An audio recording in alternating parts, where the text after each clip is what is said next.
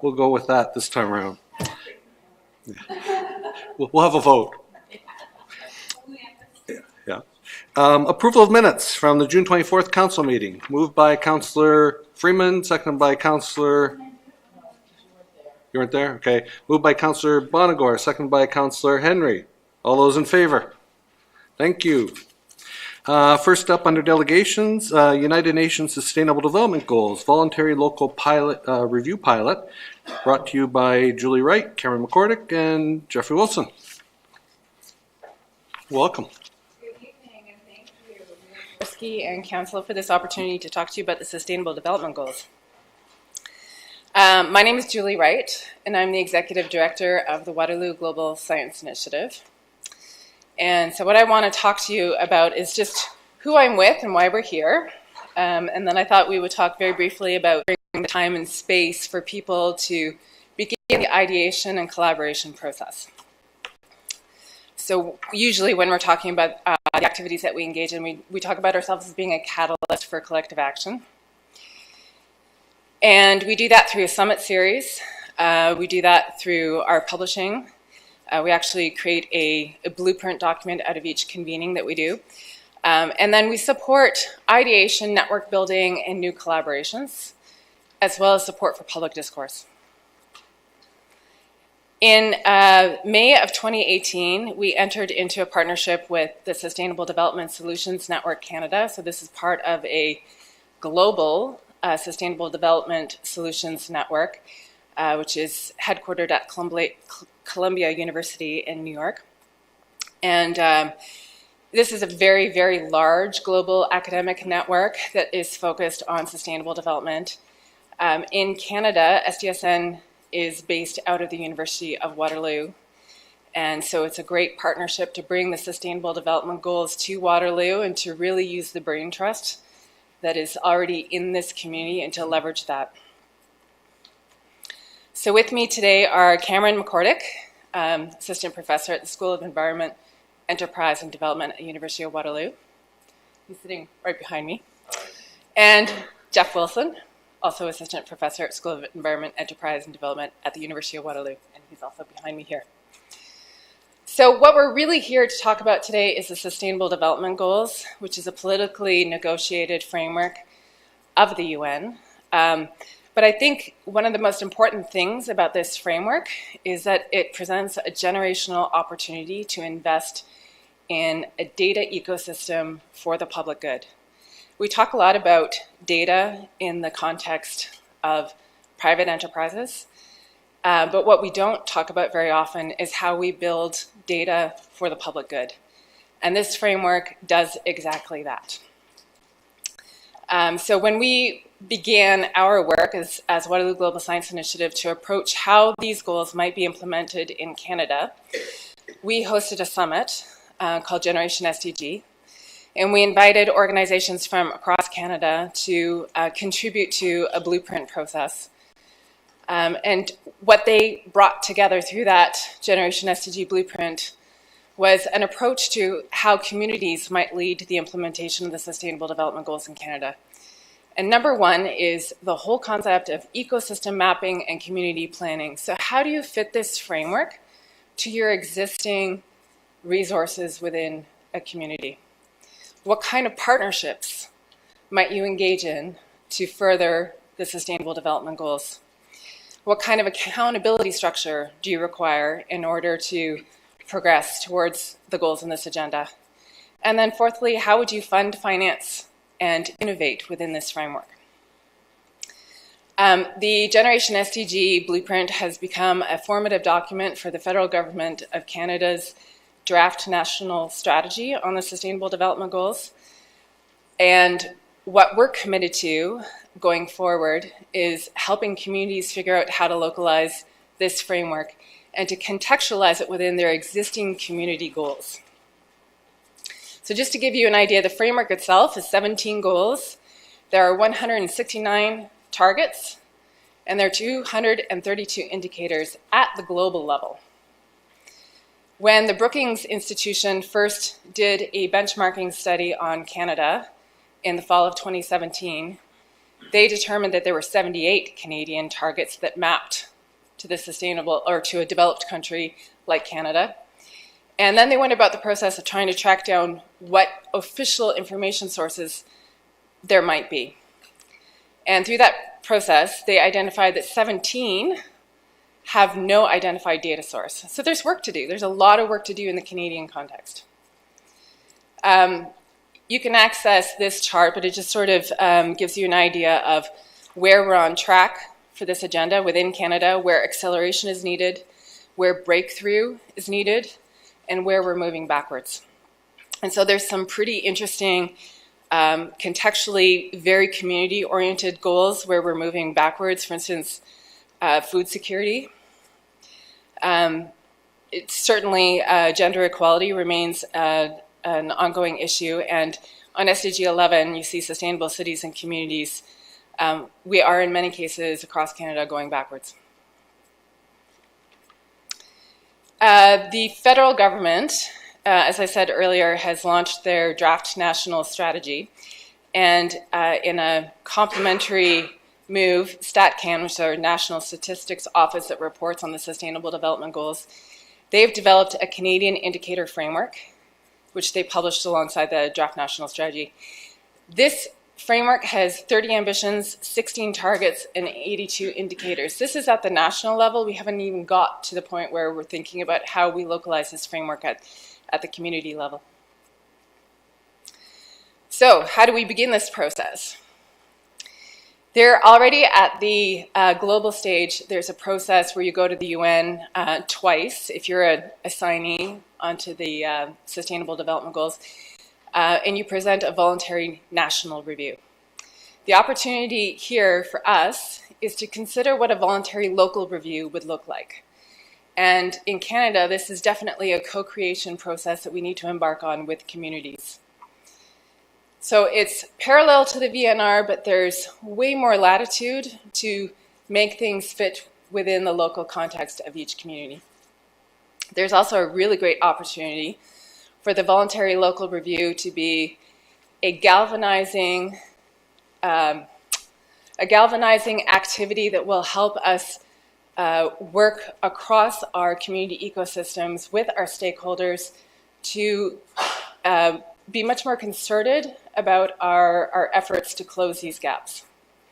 The other thing it does, I think, that is incredibly important is that it helps us tip into this phase of investing in our local data ecosystems.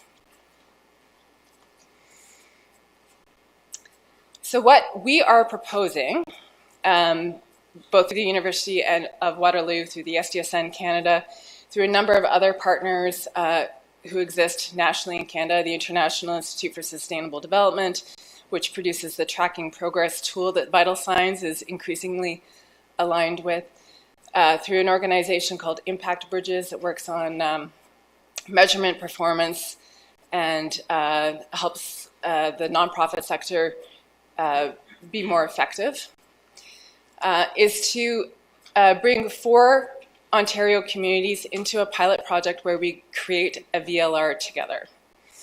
And the VLR, the Voluntary Local Review, is the process of localizing the SDG framework at the local level. There are other cities that have engaged in this work to date. So the New York City was the first to produce a voluntary local review. This past July at the high-level political forum at the UN, LA County presented its voluntary local review. They've reached out to us on Twitter, their mayor's office did, to provide their support if this community decides to pursue this project. There's a tremendous amount of wraparound support for this pilot project. The benefits are myriad, so you have investment in a data ecosystem for the public good. What we want to do is leverage existing community plans and existing community resources. We want to invest in the local stakeholder community to help them use data more effectively and to incorporate it into evidence-based actions. It's an incredible opportunity for knowledge sharing and to share the built-in tools that already exist along with the SDG framework. And then there's all this support from organizations like the University of Waterloo, like the United Way, like the Community Foundations of Canada. We're preparing a proposal to the Ontario Trillium Foundation this week because they're very interested in the voluntary local review. And so the support system's already there for communities who want to take this next step and find out more about what a voluntary local review can do. And then I think finally, the next steps in this process are really quite simple. We just are inviting you to come and talk to us further about what this could look like for the City of Waterloo. We'll be talking to the City of Kitchener, specifically to Mayor Verbranovich on Friday. And so we want to continue this conversation and see how far we can get down the road together. There's already a large amount of work being done by the City of London through the London Poverty Research Council to localize poverty indicators. And so we want to share that work and build on that work. So I thank you very much for your time. And if you have any questions, my colleagues and I would be happy to answer them. Wonderful, Julie. Always good to hear about the SDGs. And thank you to Jeffrey and to Cameron for attending as well for support. Questions from council before I have a couple. Councillor? Just on timing of this, so there's the webinar. What is the actual timing of doing these voluntary local reviews? Do you want to have them done by a certain time, say spring of next year, or is it to be determined?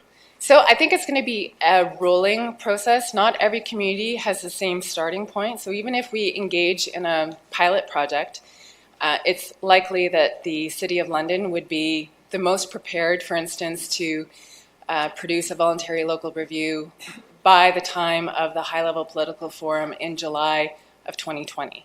So the global opportunity to present on VLRs is always in the summer through the UN mechanisms. But there's also the Future Cities Summit, which the inaugural one was in Toronto last November. So in November of this year, we're proposing a meeting for any cities who want to, come up to speed on what a voluntary local review is. So there's really no deadline. It's definitely about getting the work together and figuring out the starting place and taking the cities on a journey together. Excellent. Thank you. Question, or Councillor Bonnegar, Councillor Vasek.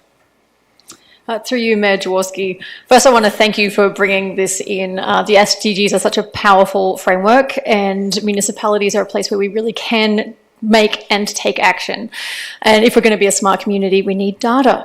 So I love this, but I'm curious how, this is a local review, how would it or might it factor into the national review? Are those going to be linked at all, or are they completely separate? I just had a conversation about this today.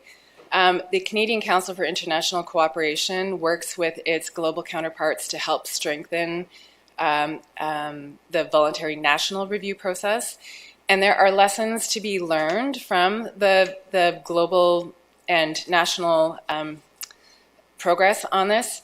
I do think that there's an opportunity, especially as you gather data together and it's standardized through a robust methodology, to start looking at the comparative, that's, the things that can be compared across an index. And that's specifically the work that Cam McCordick is doing on the SDG Cities Index. So there's lots to learn from the process, and certainly there will be a roll-up effect, especially with StatCan involved. StatCan is the aggregator.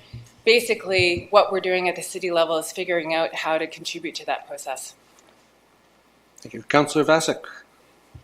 Through you, Mayor Jaworski. Summertime. That was such a great presentation, and I really love that photo of Uptown, and then you see Dana Porter in the back. That's such a great photo. What's really exciting to me about this partnership, is the community university partnership, and I sometimes feel like we're really we're not tapping into these potential community university partnerships as much as we could, or they're just token, or so I'm also wondering if you are at all documenting the process of what the community university partnership looks like, who's putting in what does the role of the academic staff play, what does the role of the institute play, then the community partnership. So just wondering if you're also doing some research alongside that, and if you are there other opportunities for some research money? Like, are you looking for exploring the methodology and the practice as well as the UN development goals is my question, I guess. Yeah, there's definitely a research component or an impact measurement component for the entire pilot project that Impact Bridges Group has currently applied for funding from the SDG unit, the federal government of Canada. So there's that piece that will look at the pilot in and of itself, and as well as the community stakeholders and the roles that they're playing within this process. And I think the VLR process in and of itself, if we get into a co-creation process, there's a lot of opportunity to set the agenda of exactly what we want to research and what we want to present through it. I don't know that there's anything specific at the University of Waterloo that is looking at that at this point in terms of, a specific research project on the roles and the methodology of the partnership, but it's certainly something that we would write a case study on afterwards for any events that focus on collective action or collective impact. Thank you. And I certainly see that we just completed our strategic plan, approved it in June, and a lot of similarities, and we even had discussion about the SDGs at that point. But we've tasked our staff to now create their business plans, create us a 3-year budget, interpret the strategic plan. But no better time than September, eh, Tim? What say you? Thanks, Mayor Jaworski. I think absolutely, as the delegation noted there is some synergies with respect to Council's new strategic plan and our aspiration to move toward the SDGs as a bit of a performance measurement framework for the organization. But there's lots of work to do. I think we too had a chance to meet with Cameron, and earlier this year we were talking about delivering on the strategic plan first up and then moving toward the development of the measurement goals. And that's the stage we're at right now with the business plan development. So the timing is good. I think we will actively participate in the webinar and just see where the city might be able to fit into the process moving forward. So I appreciate the information here. Wonderful. Thank you, Mr. Anderson. Councillor Bodley. Thank you, through your Mayor Jaworski. Also very eager to learn more about what we can do to embed the SDGs into the city business for sure. And on that note, just as the council liaison to the Sustainability Advisory Committee, seeing that you were delegated to speak tonight, I had reached out to the chair, Matt Thiessen, to ask him to connect with you. And I hope that you guys will connect as well too. And maybe from the sustainability element side of things, I know we have a subcommittee working group that's looking at metrics, developing those as well too, and working with Tim on those as well. So wherever we can get some synergies on work that will support what we're doing at the city, I would definitely encourage you to do that. And thank you for that. We have been in touch with Matt, and he is a dear colleague of ours. And so, you can be assured that we will work to be in good alignment. Nice, tight community. Awesome. Excellent. Okay, well, thank you for presenting, and we'll be on the way for signing up for the webinar. Next up, we have the consent motion consisting of procurement summary, the AMPS hearing appointments. That's it. Somebody want to move the consent? Councillor Veith, Councillor Freeman, all those in favor? All of us, thank you. Staff reports, A and B, very similar. In 2019, second quarter health and safety report prepared by Lisa Dunlop. Are there any questions?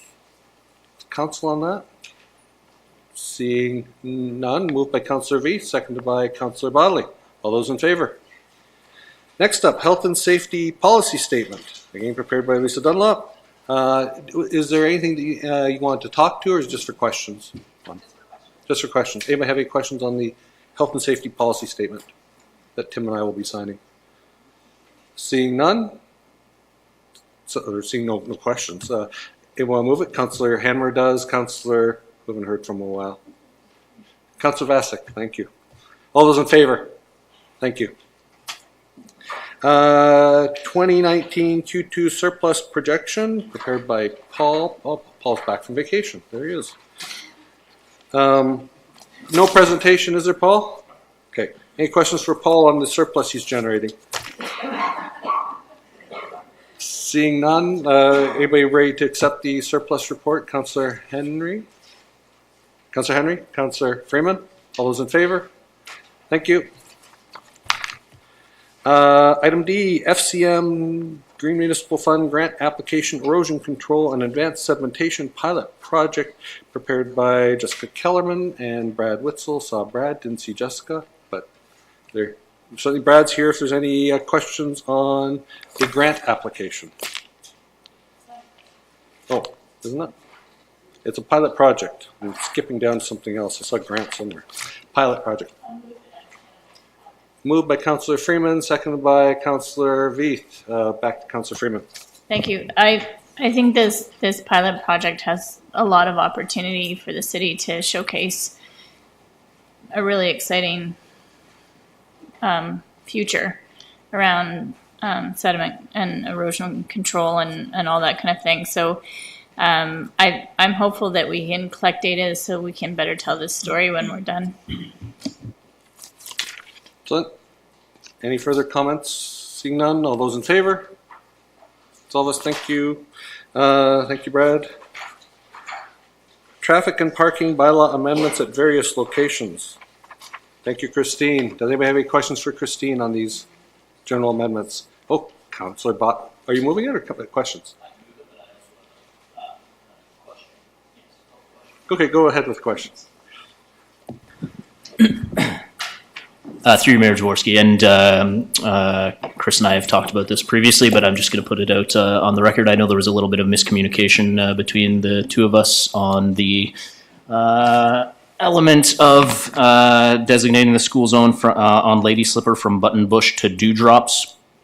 We had talked about potentially having that extended to Mountain Holly at the request of a number of residents, and I would hope that in future bylaw designation that we could extend it out to Mountain Holly. While we're here and dealing with it, Christine, thoughts on that? Through you, Mayor Jaworski, to Councillor. We will amend the 40-kilometer school zone for Vista Hills Public School to go from Dewdrops all the way to Mountain Holly. It will be done at a subsequent report, probably coming to council in September or October. This way we will get the signs installed for the 40K for September 3rd. Excellent. Sounds like good news. Very much so. But just for clarification, Button Bush to Mountain Holly, not Dewdrops to Mountain Holly. That's correct. Thank you. Councillor Reed? Okay, go ahead. Question. Thank you, Mayor Jaworski. Not a question. I just want to say thank you to Christine and staff for this because the section of Albert Street where there's cars, there's a big development there. Cars always parked down Albert Street. It's really quite annoying. And so this is great that there'll be no parking signs there because it continues like the rest of Albert Street. There's no parking along there. So it just makes sense that there is no parking continued up the street. So anyway, thank you for doing this and for the report. Councillor Hammer, Councillor Henry. Thank you. Christine, through you, Mayor, I'd like to also thank Christine and staff for working with the KW Bilingual School in coming up with some solutions to their traffic challenges. And I think it was a good example of a collaboration between an organization and the city in coming up with things that can work. So thank you for that. Councillor Henry. I pick up on Councillor Veith's note as it is a boundary road that we share and a problem that we share and note. Certainly appreciate staff's review on this. I would observe, and this is a direction at this time, I would observe that Albert Street certainly is an overbuilt street in terms of what's needed for vehicular traffic, as evidenced by some of what has gone on, and that there, aside from some people hitting some parked cars from time to time, is not a functional problem on getting people through there. That this would be an excellent candidate to think about over the 3-year term of looking at right sizing that road and extending some at least some painted separation on cycling lanes at some point to connect with over time how the region's pilot is going to expand. There'd be costs in doing a heck of a lot more than that, but I think at the very least, it's something worth evaluating in the near term. Now that no parking's permitted, it could actually create more of a speedway, and I think we should think about how to deal with that in the near term. Oh, Councillor Bonneker. Through you, Mayor Jaworski. I also want to thank you and the team for, I know the residents at 144 Park are going to be extremely grateful for the additional 15-minute loading spot. And I appreciate the work that went into this and the fact that the city partnered with the building owners there to make that happen. I'd also encourage staff to consider those kind of loading zones close to the entry points of intensified areas, just because as people age in these buildings, having that easy access for a pickup and a drop off makes it easier for people to kind of let their own car go and use different forms of transit. But it's going to be very much appreciated. Thank you. Councillor Bodley, are you changing the road again? Like maybe it's Sorry. dropped. No, sorry. I had another one. I apologize. Thank you. Through you, Mayor Jaworski. On Hollyview Place, the other area in my ward where there are changes occurring, I appreciate everybody going out and hand delivering the letters and getting them at the community. And very clearly, there was an appetite for the community to see changes to from no parking to no stopping. In conjunction with safety for children being dropped off at St. Nicholas. So I appreciate that. I just want to, on the record, make a comment that I know that a number of residents on Hollyview had requested putting in signage on the cul-de-sac as well, too. I know parking is not allowed in a cul-de-sac, but if we could monitor that in conjunction with Shane's team to make sure that the no stopping signs are effective and ensuring that people are not parking in the cul-de-sac, that would be great. And if more signage is needed, I would appreciate a review of that in the future. Thanks. Councillor Vasic? Thanks. Through you, Mayor Jaworski. Okay. So I saw this in the report, and now that everyone's talking about it, it's striking me, is that a lot of the challenges are in school zones, right? And this is sort of like sometimes can be citywide. So my question is really just a new councillor process question, is this seems to be a theme.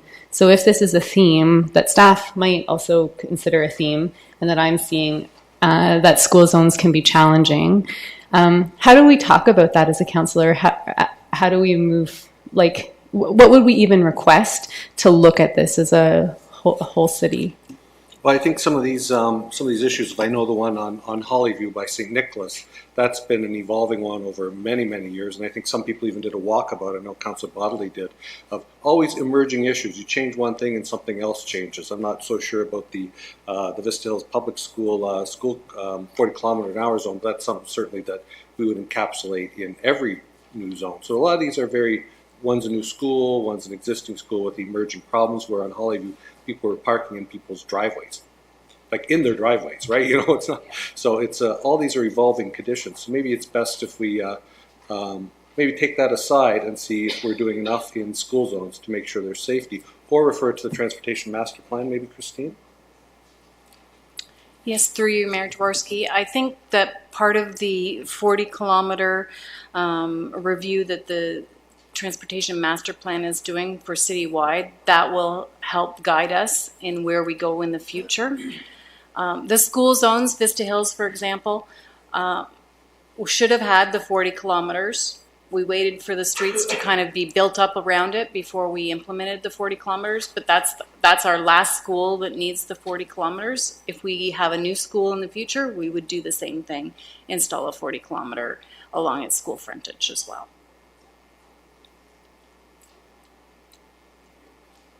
Seeing no further comments or questions, I don't think we've moved it, have we? We did? Okay. What's that? Moved by Councillor Bodley, seconded by no one? Seconded by Councillor Bonnegar. All those in favor? Thank you, and thank you, Christine, for what is apparently the most wonderful staff report ever.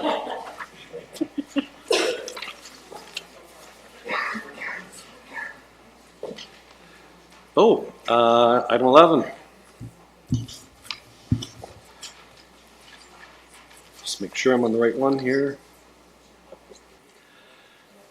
This is a formal public meeting to consider zoning bylaw amendment Z1905 to remove the holding symbol from 12 Lodge Street, Wilfrid Laurier University.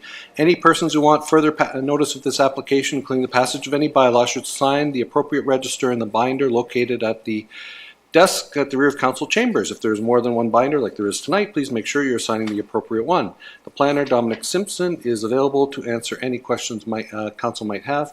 Aren't you supposed to normally read something too? About notice? Oh, do you want that? Do you want to read something there?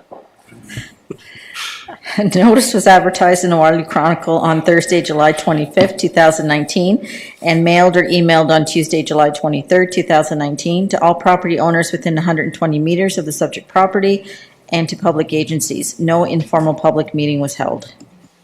Thank you. So Dominic is available for council's questions. What questions has council? Councilor Bonigar. Through you, Mayor Jaworski. Pretty simple question. Is someone living in the space now that's being proposed to be changed to office space? Through you, Mayor Jaworski, no. Yeah. This might be the shortest formal public meeting with questions ever. Any questions? No. Is there anyone present here tonight who wishes to speak to this application? No. Are there any more questions from council? No. If there are no more delegations, this formal public meeting is concluded and the application is now open to council for a motion and debate. Councillor Bonigar. So moved by Councillor Bonigar with a bunch of provisions. Okay. So I move that council agrees with planning staff, having considered all written and oral submissions with the public, from the public and stakeholders, and considered the professional opinions of planning staff, that council approves zoning bylaw amendment Z1905 at 12 Lodge Street in accordance with section 6, the recommendations of IPPW 2019-049 for the reasons specified in section 5, the conclusions of the report. By Councillor Hanmer. Any further debate? All those in favor? That's all of us. Thank you. Thank you, Dominic.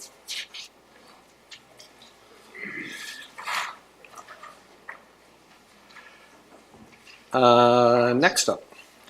This is a formal public meeting to consider official plan amendment number 18 and zoning bylaw amendment Z1721, Bell Communities Partnership Limited, 635 Herb Street West and 12 West Hill Drive.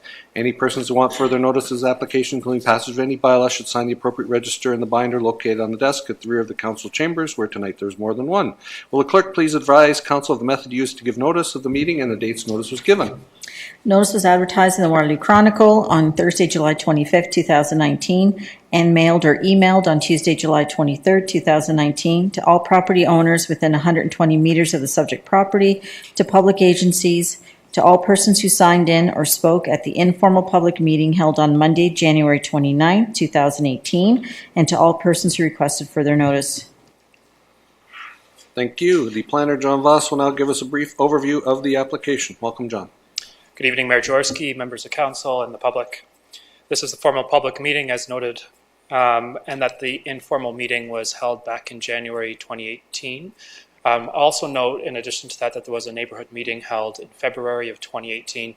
Obviously, a lot of time has passed since then, so I'm going to take a bit of time to refresh and remind you what the details are of the application, as well as some of our recommendations for council to consider. The subject property is located at the south side of Herb Street West, near the roundabout intersection of Iron Needles Boulevard. Combined, the properties have an area of 1.8 hectares, or approximately 4.5 acres. There are single detached dwellings east of the property and 2 apartment buildings west of the property, which are 4 stories and 11 stories. The official plan designates 635 Herb Street West as mixed-use, medium-high-density residential, which permits a maximum height of 40 meters and a density of 150 to 600 bedrooms per hectare. You can see that the property is shaded blue, which represents that designation.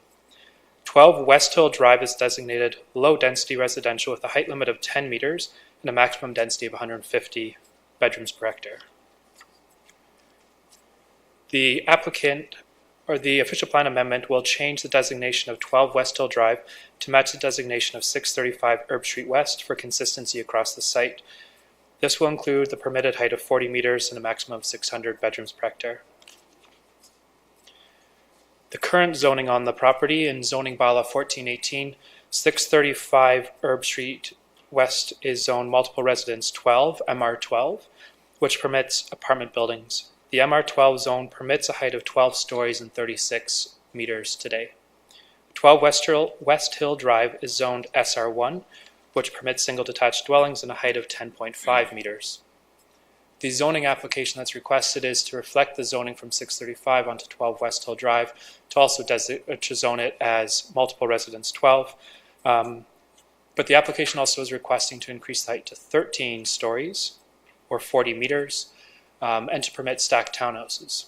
Those are site-specific amendments to the zoning, which reflect the unique topography of the site and some proposed uses. The city's new comprehensive zoning bylaw, 2018-050, was approved by council in September 2018, but has since been appealed to the Local Planning Appeals Tribunal. The new zoning bylaw zones the properties as Zone Change Application, or ZC, which freezes all development until the current zoning application has been completed and a new zone has been assigned. When reviewing the application under zoning bylaw 2018-050 and through discussion with the applicant, we conclude that the residential mixed-use 40, RMU 40, zone is appropriate for this application as it is most similar to the current multiple residence 12 zone. The application has been updated to request the RMU 40 zone for the property under this new zoning bylaw, as well as to request the townhouses and increased building height. This is a rendering of the first concept that was initially proposed. There are 2 apartment buildings abutting Herb Street, and 3 stacked townhouse buildings are shown along the south property line behind the apartments. The stacked townhouses were proposed to provide a transition of building height between the apartments and the future low-density development on the adjacent property. Initial comments from council and the public were considered by the applicant, resulting in significant changes to the development. This is the revised concept. There are 2 apartment buildings still. Forgot to turn my page. This is the revised concept, which relocates one of the apartment buildings and adds more stacked townhouse buildings along the West Haven Street frontage. This provides better transition for the height of the apartments to the nearby single detached homes and helps reduce the amount of shadows onto the adjacent properties. The applicant will speak more about these changes. In order to ensure these changes were implemented, staff have proposed several site-specific regulations which will control building height along West Haven Street and the south property line, as well as the massing of the apartment buildings. After a thorough review of the application and supporting material, staff recommend approval of the application as listed in Section 7 of the staff report, which includes adopt the official plan amendment number 18, approve zone change Z1721 to rezone the property at 12 West Hill to multiple residence 12 with site-specific regulations, and rezone the entirety of the property to residential mixed-use 40 under the new zoning bylaw, again with site-specific regulations. Another note to add in is that the region has requested we apply a holding provision. This is regarding a noise study that would be required once the design of the building has been determined to make sure that any noise from HVAC units or other noisy equipment will not be impacting the adjacent properties. As noted, there are several site-specific regulations that would apply to the zoning.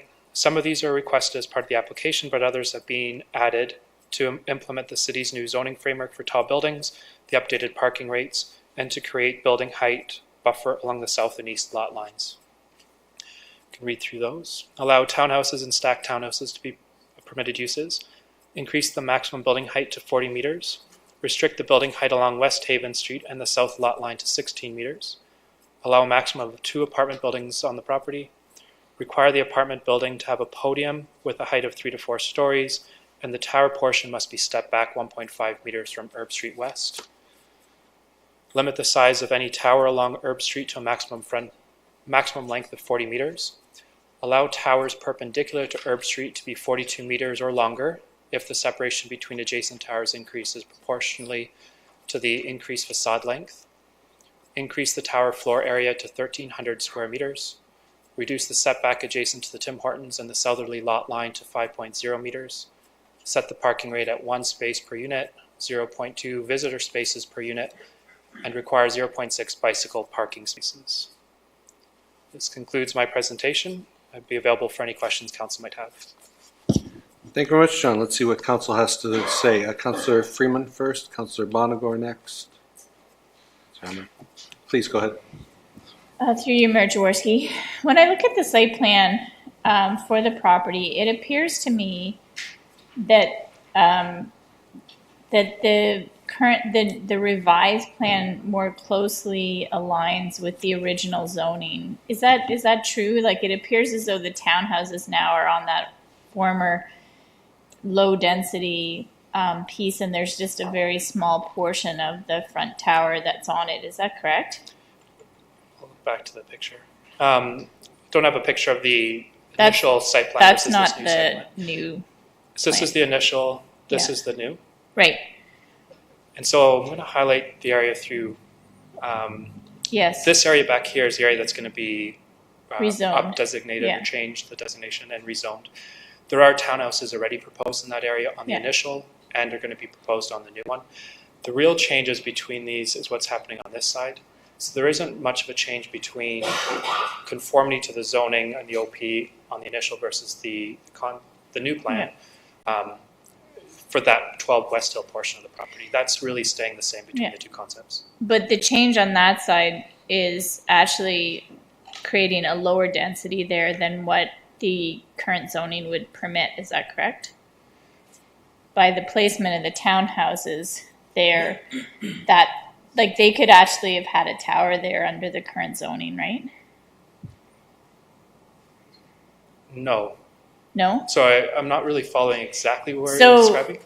So that the portion of the site where the new townhouses, there's the site plan. There's the site plan. Right. So where building H is, for example, like this whole block was zoned MR12. So theoretically, it could have been a height of 13 stories across that whole side, right? But they've stepped it down to a much lower height in this new plan. Through Mayor Jaworski, that is correct. Okay. And then off where it says site entry at West Hill, like the current zoning is intended to have a lower density, and effectively much of that property is actually low density. There's just that wee little bit of building A that would be higher than. So I guess what I'm trying to get at is that the site actually conforms with the original zoning. Because I think I received a letter that said that folks thought all this was zoned low density residential, but it wasn't, right? Okay. That's correct. So I'll reframe my understanding of your comment there, if that's correct. So this is the property line of where 12 West Hill is. Right. The statement is that the density and the type of use, primarily being this stacked townhouse down here, but also a little bit of the apartment. When we look at how much building is actually within this property, is very similar to what the current zoning would permit, except the apartment use extending in. And the rest of the property, being 635 Herb Street West, already permits 12-story apartment buildings right up to a 5-meter setback. So this is consistent. Yeah, that's correct. So if I understand what you just said, like, I mean, someone could have built a building right up to 5 meters off of West Haven that was 12 stories high. That's correct. Today they could apply for a site plan application and building permit without a public process. That's they correct. Could have done that. Okay. So really, in the view, like as presented now, this actually provides a step down and a lower density than what this site would permit. Adjacent to the West Haven street frontage, for sure. Yes. My other question is with regard to traffic, and I'm not sure whether or not I should address that to the applicant, because in the traffic studies, I don't see any traffic allocation on West Hill Drive. And that was raised consistently as a concern on this application from the get-go in terms of the allocation of traffic on West Hill and turning movements into the existing development that is west of this property and the potential cross-through traffic through the Tim Hortons. And I mean, I could be reading the traffic studies wrong, but I can't seem to find, even when I look at the existing turning movements, they've only listed Herb Street, Herbsville Court, West Haven, but not West Hill. And so I'm trying to make sure that we covered all of our bases between the original questions and now. Through Mayor Jaworski. I've reviewed the traffic study again, and I'm not a traffic expert, so I'll make that very clear. And unfortunately, we don't have a traffic engineer here, either from staff or from the applicant. The traffic study does look at West Hill. There are plans, or there is an exhibit that does show traffic being directed down to West Hill, and then also traffic going up West Haven to Herb Street West. It's West Croft. I did see the traffic accounted for from Herbsville Road onto West Hill. What I didn't see accounted for was turning movements from West Hill through the Tim Hortons, including turning movements potentially from this property through the Tim Hortons property and essentially across, I guess, because it's not a public road in front of that apartment building. And yet I've got to assume that there's going to be turning movements there because people are going to do that cut through.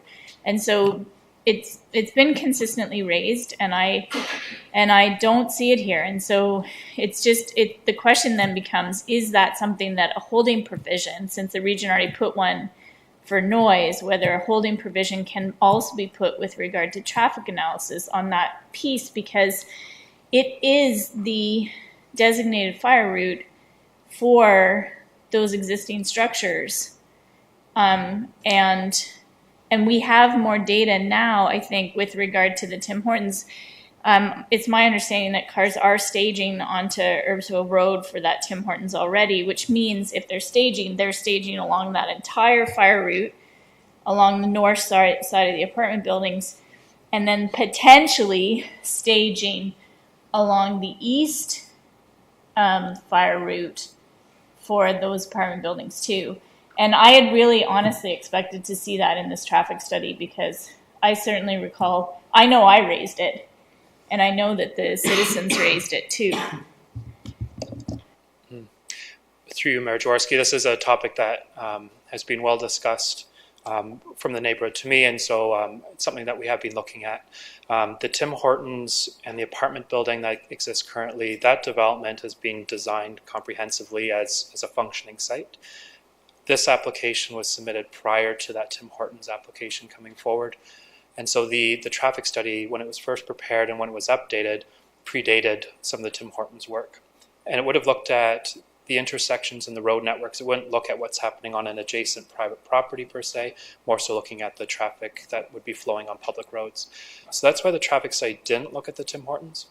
The Tim Hortons is now open, and it may have issues, and the city will be watching and monitoring to see issues both at the intersections where the Tim Hortons property enters and exits, but also internal, and through discussions with the property owner of the Sifton development, is what it would be referred to as. With that developer, we can have those discussions about ways to mitigate, ways to update it, signage, options, and how we can fix the issues on that property, aside from what's happening on this property being a different discussion. So is it possible then to put a holding provision related to updating of traffic control? Because something like a right turn, for example, out of this property could potentially be prevented, as opposed to having full turning movements on West Hill Drive. I don't know. And maybe a right turn through the Tim Hortons and out onto Herb Street is also something that could be undertaken. I realize that it's traffic control on private property, but I think in all fairness, that has been raised as a primary concern on this property from the get-go. Through Mayor Jaworski, yes, a holding provision to require an updated traffic study can be added in. That's something we can do. I'd note, though, it would only apply more so to this property and to intersections nearby, which the developer could work to retrofit. It may not be able to do anything in terms of lifting the holding on the adjacent lands. It won't have much impact internally to that land, but we can look at the intersections around. But I guess it becomes a little bit tricky since I believe it's the same landowner, right? Isn't it Sifton Developments undertaking this property as well? Okay. No.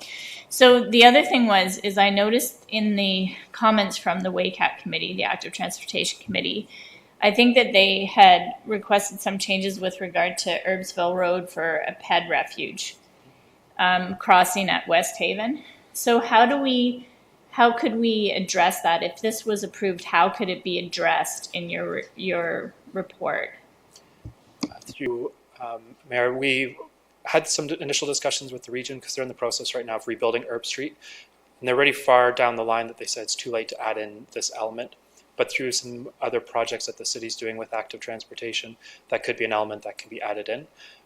There are a number of crosswalks already built in as part of the roundabout, and having additional crosswalk may or may not be relevant, but we can pursue that discussion with the region as the owner of the road, and also looking at trail networks that go through the area to see what works best. So still on traffic. So I've been, as I was driving down Herb Street the other day, I've been starting to observe people leaving the Tim Hortons and doing a U-turn around the block, like around the concrete median, because they actually wanted to go in the other direction because of the forced right turn, and they don't get a roundabout at West Haven or anything. I do think that there are bigger traffic issues associated with the operation of that Tim Hortons, which I think some of us at this council table anticipated.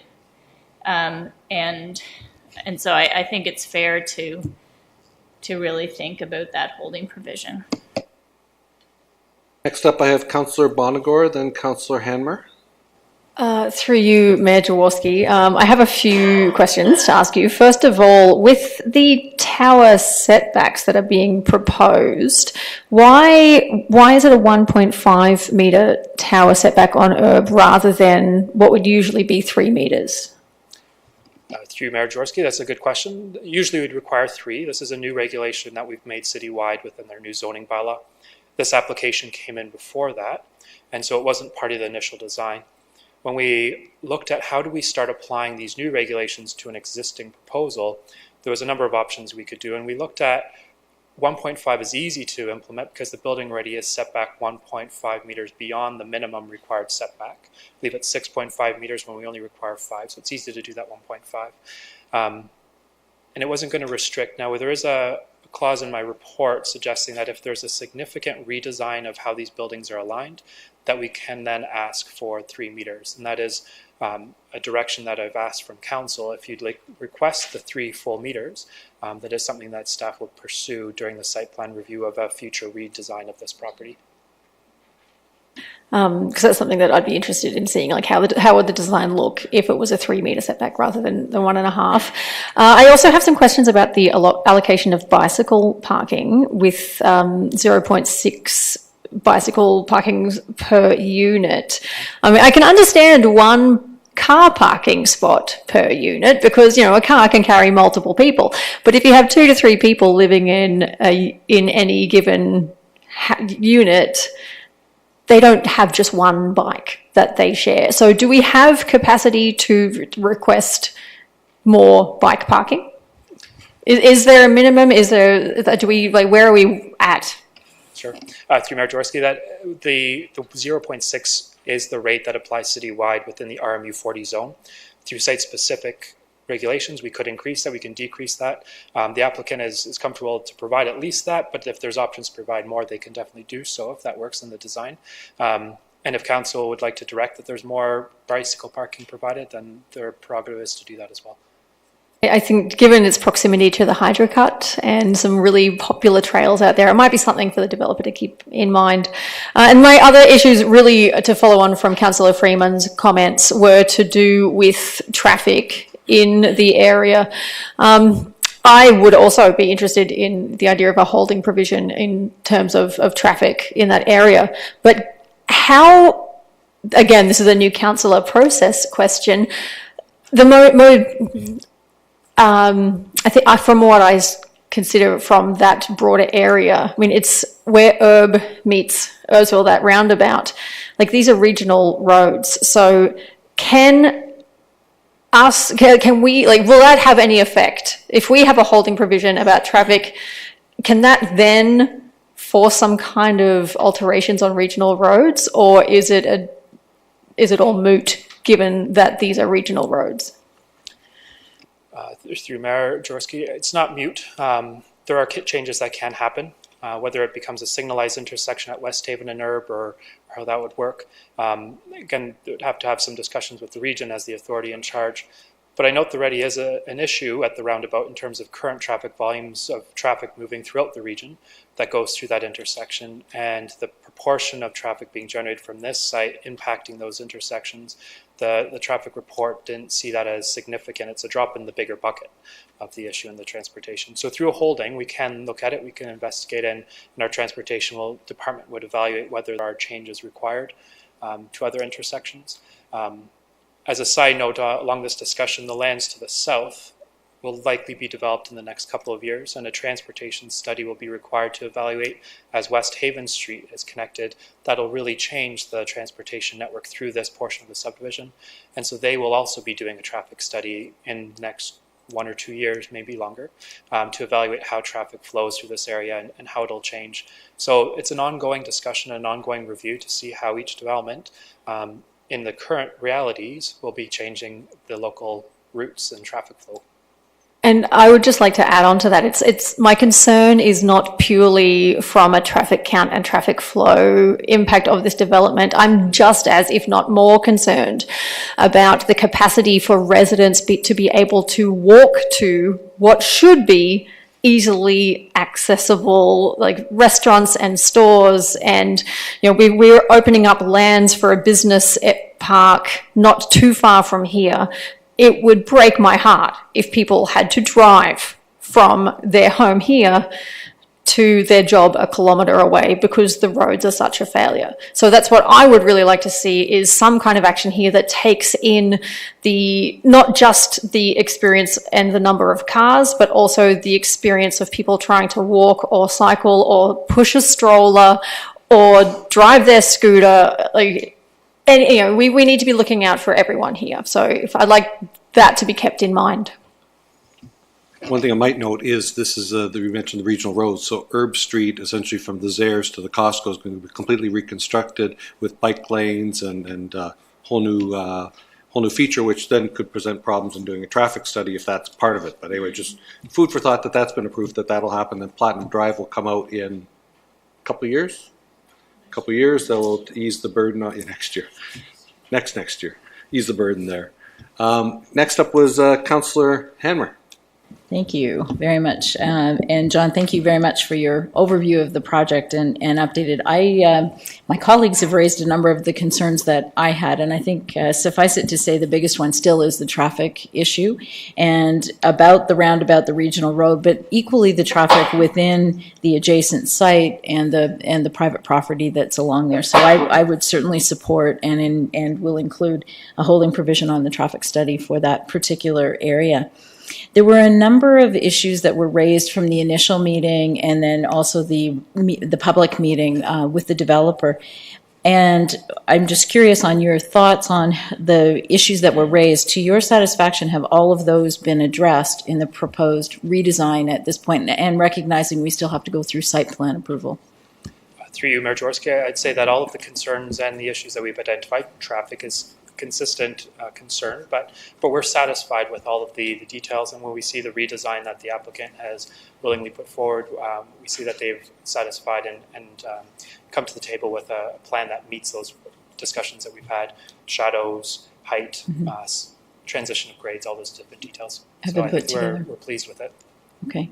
And you gave us a little bit of a teaser on the property adjacent to this one and the plans for development. Can you share with us what we know about that now and what the process will be for public input? Because one of the other concerns we've heard as we've gone through this is the awareness of public knowing what's going on in the properties adjacent. So if you could share what you can. For sure. The property just to the south, I'm going to switch to a different image here. We can see it here. So it's this property here. Currently, it's designated for low-density residential, permits singles, towns to a density of 150 bedrooms per hectare. It's also zoned for single detached dwellings under the 1418 zoning bylaw. The new zoning bylaw is FD, future determination, which says we don't know what the best zoning is, so the property owner has to come in through a zoning application. It's also not being viewed as part of a plan of subdivision. So the owner is going to go through a public process to determine what the new subdivision portion or piece of this puzzle will look like, and also determine what the best zoning will be. And also, as part of that, we'll include the connection of West Haven Street going through here. We've had some discussions about some upzoning or how this can be including more density. When we look at what the official plan determines where apartments can go and can't go, there's a list of criteria in order to determine if a property is a candidate site for this. And this does not meet that criteria. And so there would be requirements for an official plan amendment at a minimum if they're going to go through this. So there's a number of points where, based on the current framework, it's unlikely there'd be anything beyond singles, townhouses, and the height permissions being maximum 4 stories if there was to be any stacked towns. So it's likely a subdivision approval, zoning change application, and potentially official plan amendment would be required. Okay, so in summary with it, the reconfiguration, the second concept that's come up with the stacked townhomes around the perimeter, that will lead nicely into what's being planned, what's potentially planned or maybe considered through the official plan amendment and the zoning bylaw as we go forward. Okay, so still keeping in context with that. That's correct. Okay, thank you. Mr. Rapp, please. Certainly. I just would like to add to what John said for clarity for everyone in the audience too, that while the current planning framework would not support the application of further upzoning, if you will, on the parcel of land that Councillor Hammer was mentioning, it does not preclude from an application coming in. So I want people to be aware that if an application comes in, legally we have to receive it and process it, but that does not necessarily mean the city would be supportive of it until we've gone through the review. We simply can't deny an application under the Planning Act. So I just want to be clear that if something does come through, by law we have to receive it and process it, just for clarity. Thank you. Seeing no further questions of council other than Councillor Henry's hand. Go ahead. I was waiting to see if you had anyone else first.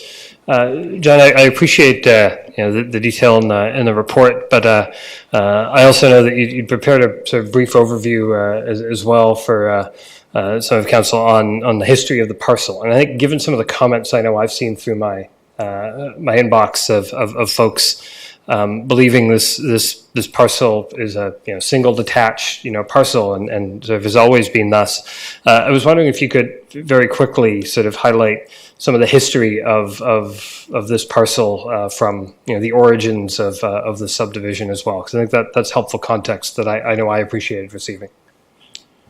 For sure.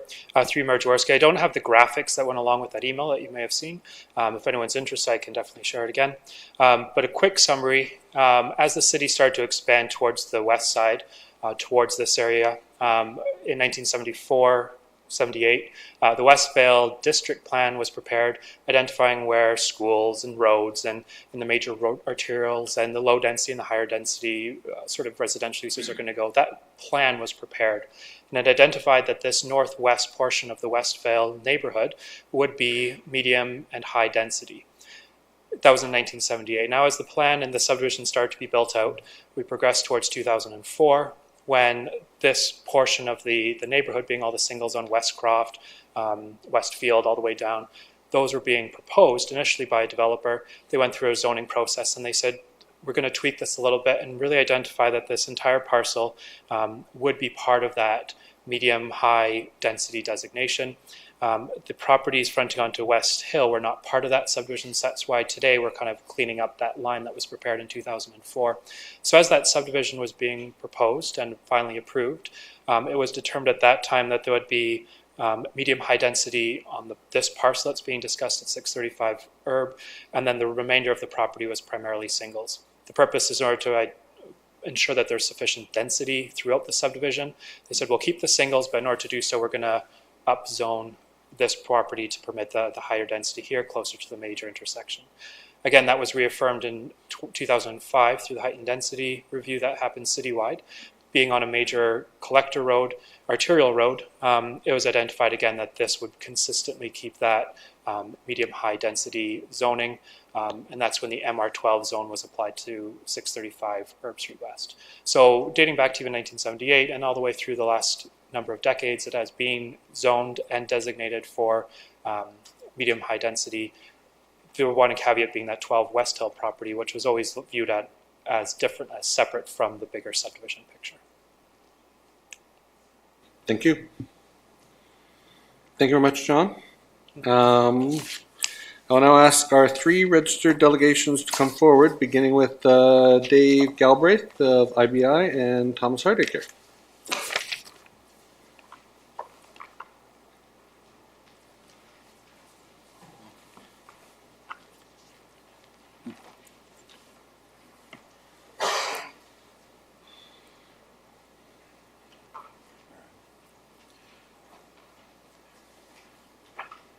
Good evening, Mayor Jaworski and members of council. My name is Tom Hardiger, a senior planner with the IBI group, and David Galbraith, a senior planner as well with IBI, and we're here on behalf of Bell Communities related to the application at 635 Herb Street.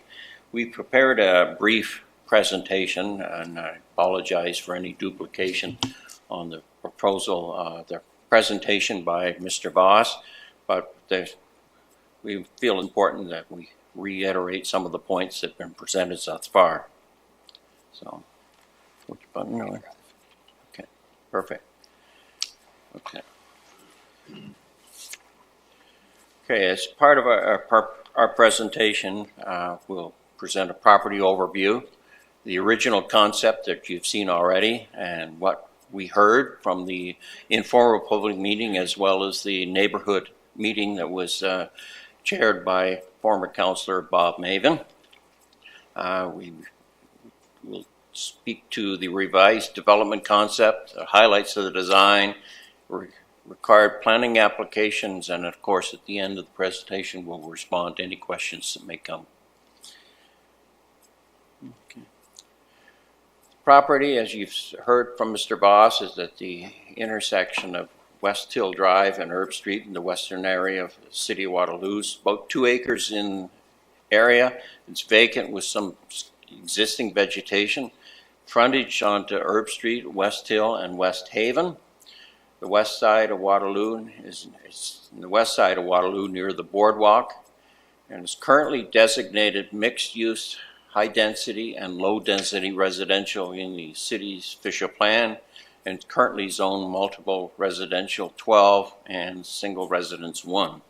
The two properties that are subject to this application are identified in this slide with 635 Herb Street, the larger parcel. It's currently designated to permit the development that's being proposed. The official plan amendment is limited to the property identified as number 12 West Hill Drive. This is an overview of the existing neighborhood. The blue parcels or bubbles point to residential developments within the neighborhood. The one on the left in the distance is the Sifton development at Iron Needles and West Hill. In the foreground is a single-family residential subdivision off West Haven. And to the right is an existing townhouse complex. The purple is the Tim Hortons property that you've heard much about in the earlier presentation. And the 4 yellow bubbles refer to commercial properties within the vicinity. Costco being the furthest, and the Winners Plaza on the left, and the Canadian Tire Plaza on the right. This is the illustration of the original concept that was presented at the informal public meeting, as well as it was the subject of much discussion at the neighborhood meeting that I referred to. That original proposal was for two 13-story towers with 3 blocks of townhouses on the southerly limit.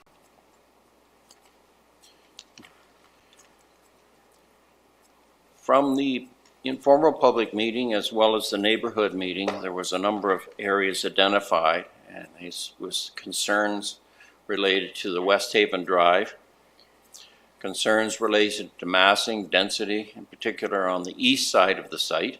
This is the West Haven frontage. Concerns overshadowing. There was an encouragement for increasing opportunities for landscaping, and a request that we re-examine the shadow impacts on the original application and re-examine the transportation impacts. All of that was given careful consideration, and we, in conjunction with our clients, we came up with a revised development concept, and that's illustrated on the next slide.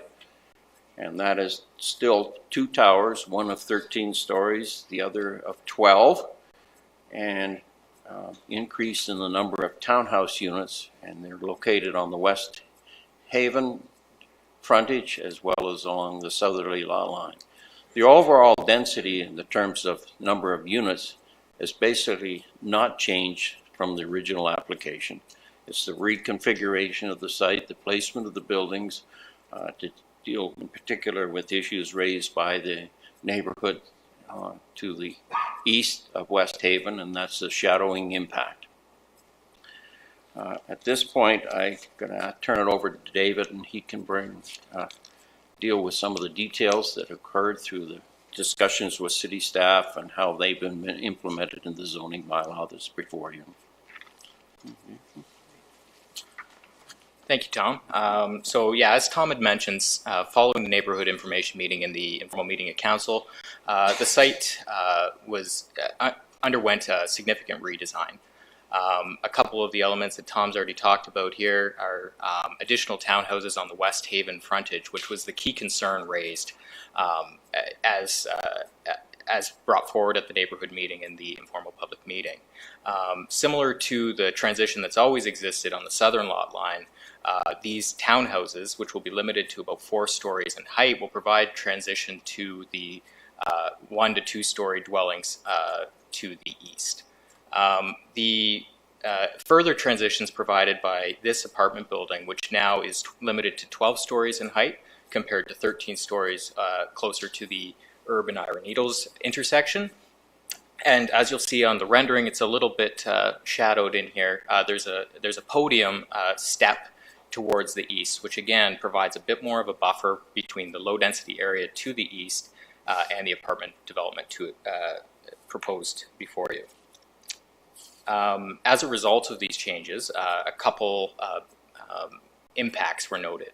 The shadow impacts on the areas to the east have been reduced as the building's now located further away, and the broad side of the building is now located L-shaped towards the west.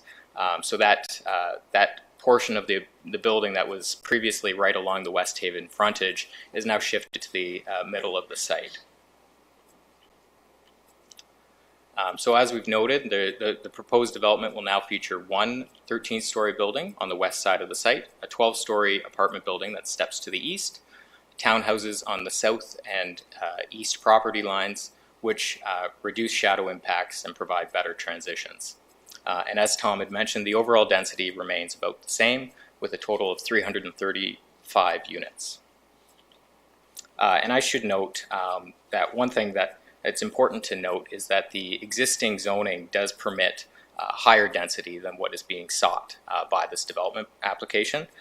So the existing, the RMU 40 zone if it was implemented and applied to the site, would permit a 600 bedroom per hectare unit yield, which the proposed development is significantly less than that. It's about half of that amount if the RMU 40 zone was applied to the entirety of the site. So here's a copy of the site plan, which John has talked about before. There will be two entrances to the site, one from the west and one from the east. If you come in from the east, there's a entrance to the underground parking from that side of the site, as well as a ramp up to some surface parking. In response to some of the comments that came through the informal public meeting, some additional and more meaningful landscape areas being provided at grade, which could provide the details of that, and the landscape plan will be confirmed through the site plan process. So I've gone through most of this already, but some of the highlights here are the improved and enhanced transitions to the lower density areas to the south and the east. A building that really has well-articulated facades and a high quality of design.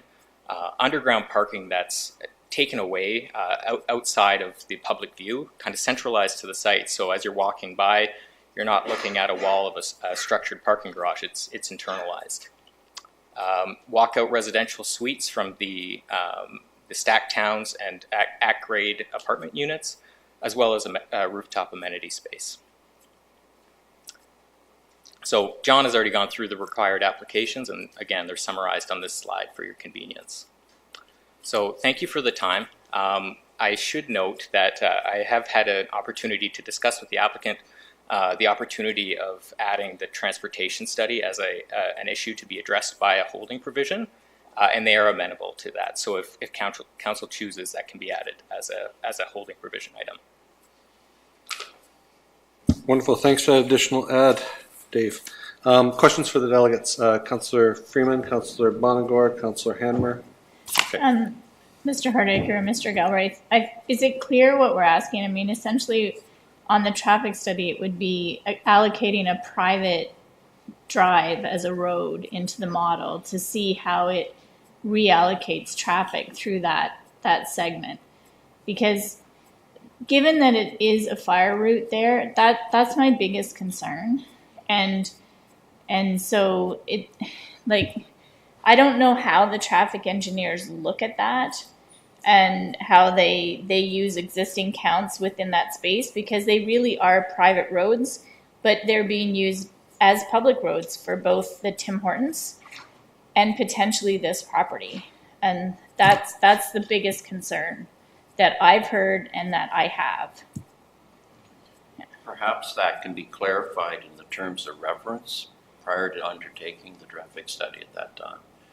And part of that traffic study would be analyzing the traffic as it relates to the specific site plans being presented for review.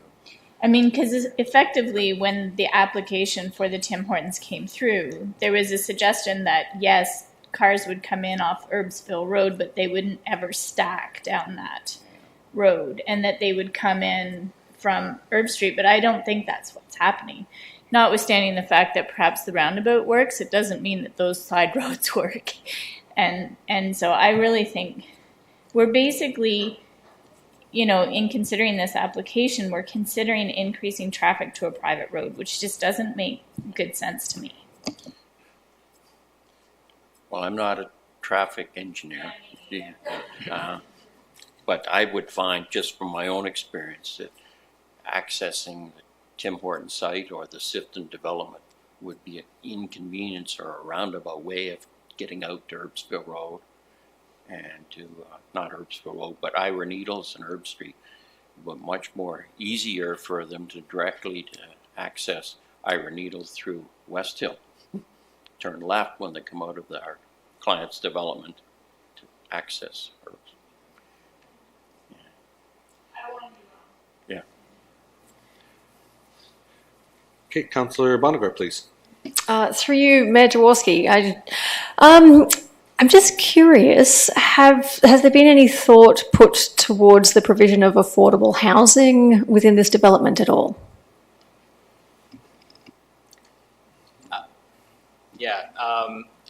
At this stage, it's still preliminary. I don't think that was the the intention of the applicant to provide affordable housing in the definition of set out in the PPS. But there is an opportunity here. I think the development is intended to be a rental building. But again, tenure can be confirmed at a later date. But at this point, that's what we were informed of. That was the intention there. May I recommend that it be something you at least have a look at?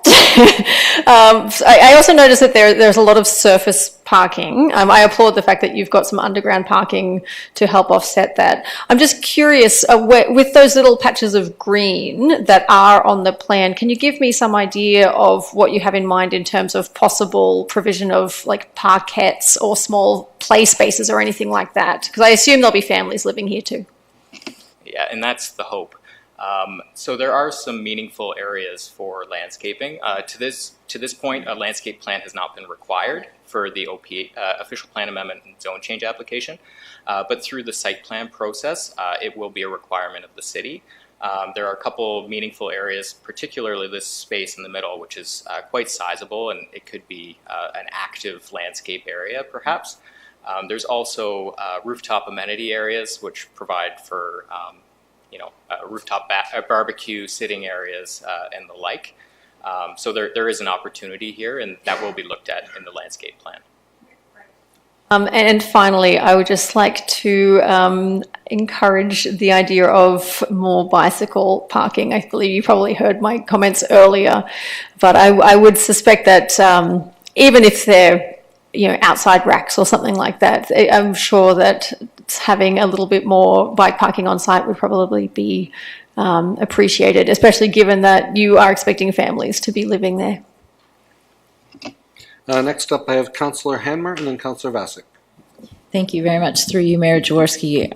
Thank you for the clarification on the design and the things that you're thinking of, and also for very quickly adding and hearing the discussion around safety and the traffic study. As Councillor Freeman has said, one piece of it that's important is the private road, and I know we'll hear a little bit more about that.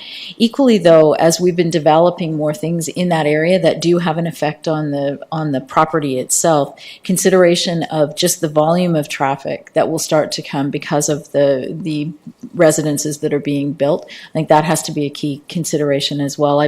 All of us are quite concerned about the roundabout at Urban Ira Needles and just how much more volume that can take before we get a little bit more. And I recognize it's not completely your issue, and we're going to have to continue to do traffic studies, but I just want to make sure and emphasize that that's got to be a component of it. And Councillor Bonagard has covered the amenities component, since you are encouraging families. So I too would echo making sure that we've got enough spaces for bikes as well as amenities for families to play spaces. So thank you. To Councillor Vasic, please. Through you, Mayor Jaworski.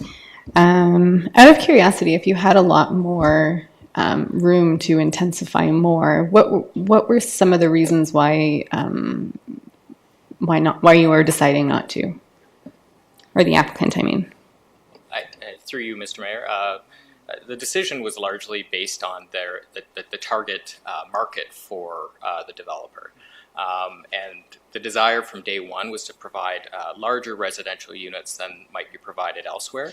So a lot of these suites are 800 plus square feet. So, they take up space. We're working with height, and and the applicant wanted to develop something that would be compatible with the neighborhood. So not necessarily maximizing the number of bedrooms or units, but providing a development that was compatible to the neighborhood.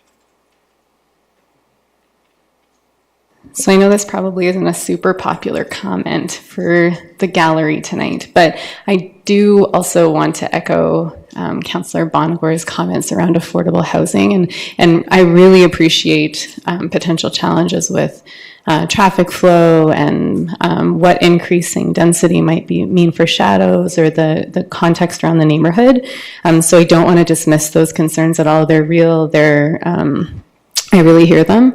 But I do think, given we have an affordable housing crisis for below market, but then also even lower income housing. I'd be really interested in hearing what comes out of your conversations for exploring affordable units, if that's something that might even be explored for Sifton. Thanks. And I think that's all. Thank you, gentlemen. Next up, delegate number 2 is Roy Wilhelm of the West Hill Drive Community Residents.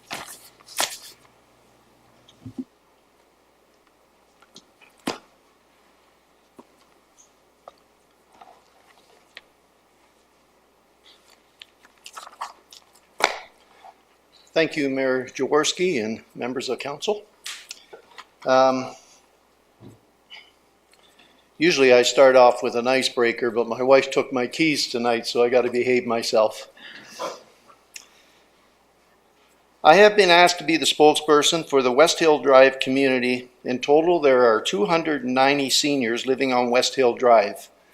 Council members should have received Appendix A of the signatures. And I must add that in February I stopped that petition because 7 West Hill wasn't allowed to do solicitation in their building. So there would have been a lot more.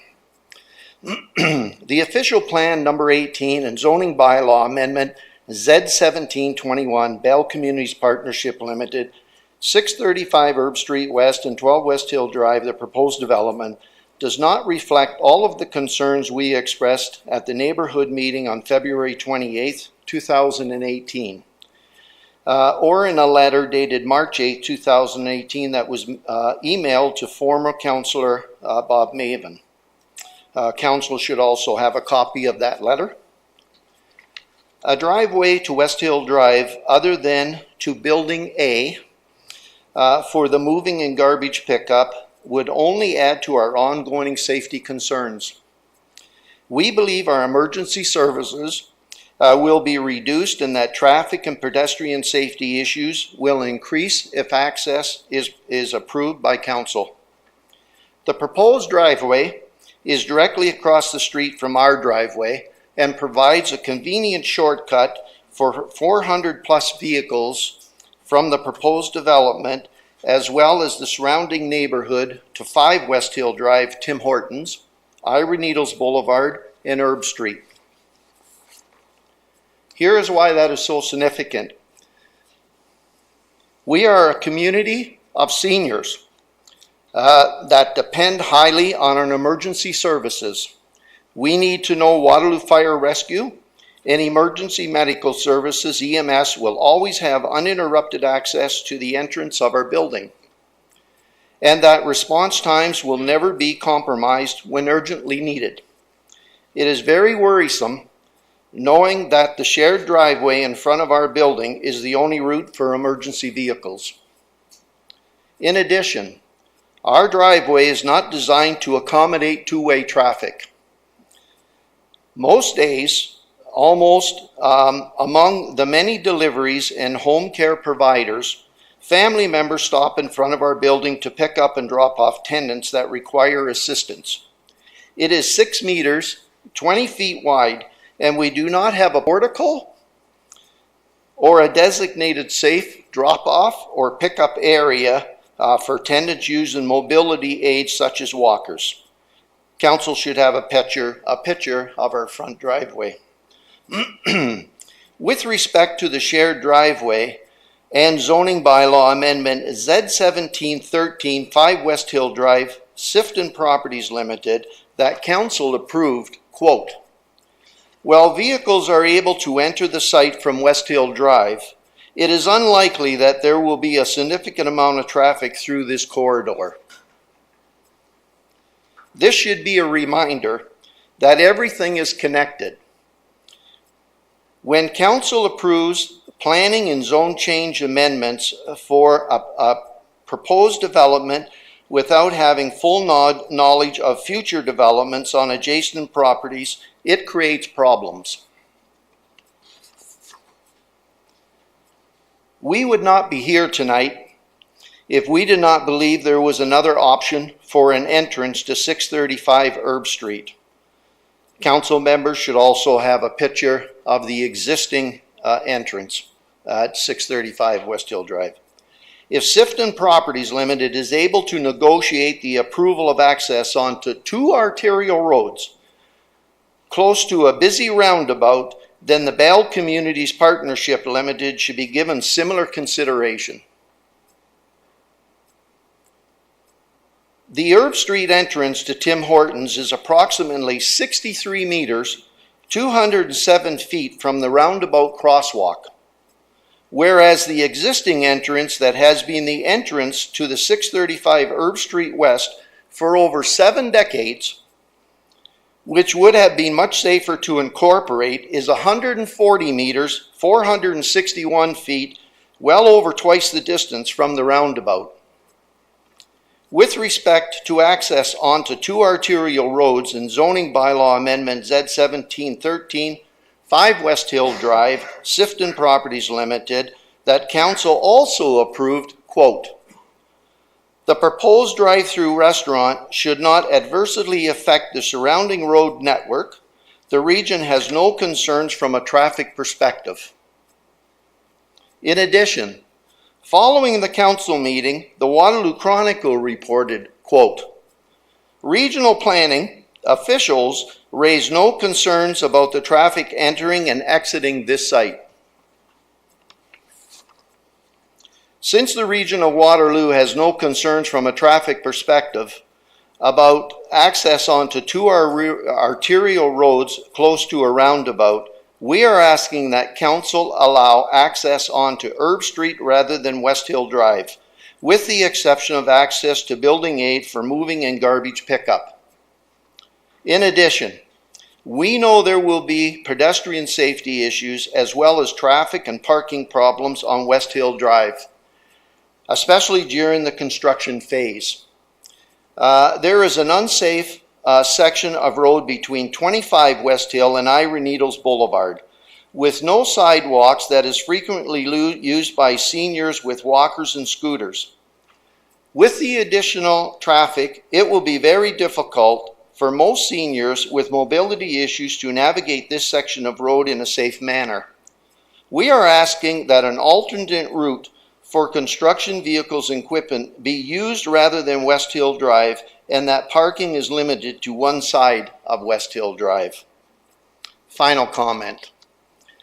We are here protesting Bell Communities Partners Limited partnership access to West Hill Drive, but talking more about Sifton Properties shared driveways.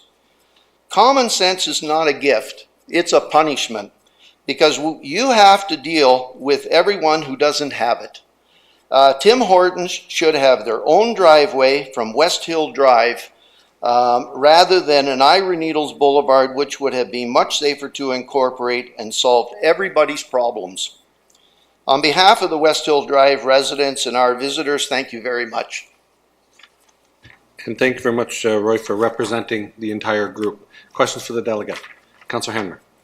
Thank you, through you, Mayor Jaworski, and thank you, Mr. Wilhelm, for coming forward and representing the group. And I've had the privilege of speaking with you and actually observing some of the concerns that you had.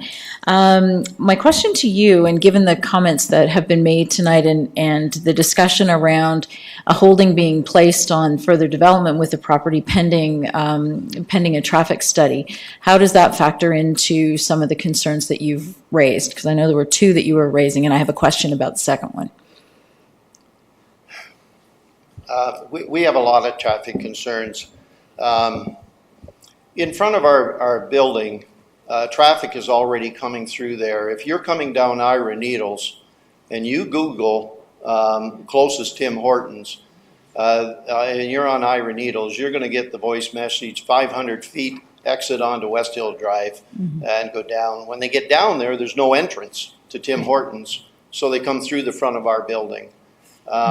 You also brought up the fact that U-turns. We've already had one accident on Sunday morning. Somebody was broadsided leaving out Herb Street and going around. I know that's going to be extended if this is permitted down to West Haven. We have concerns. There was no disclosure when we moved there. The building is brand new. Tim Hortons was not even mentioned to anybody in our rental agreements, nothing. We assumed because of the few parking spots that we had in front of our building that maybe that was going to be our parking lot or our green spot for a gazebo, whatever. Very frustrating. Yeah. Okay. Thank you. I think my other question is more to staff, so I'll hold that. Any further questions for the delegate? Councillor Freeman, please. Just for my benefit, I'm not sure if you're able to talk about that, but that's the one curiosity here, the Sifton property itself of your residents and the Tim Hortons and the shared driveway and that. What has the landlord said there in terms of any mitigating efforts they're going to take to dissuade, to put out security guards to dissuade people from coming to Tim Hortons as it's just opened or anything like that? Through the mayor.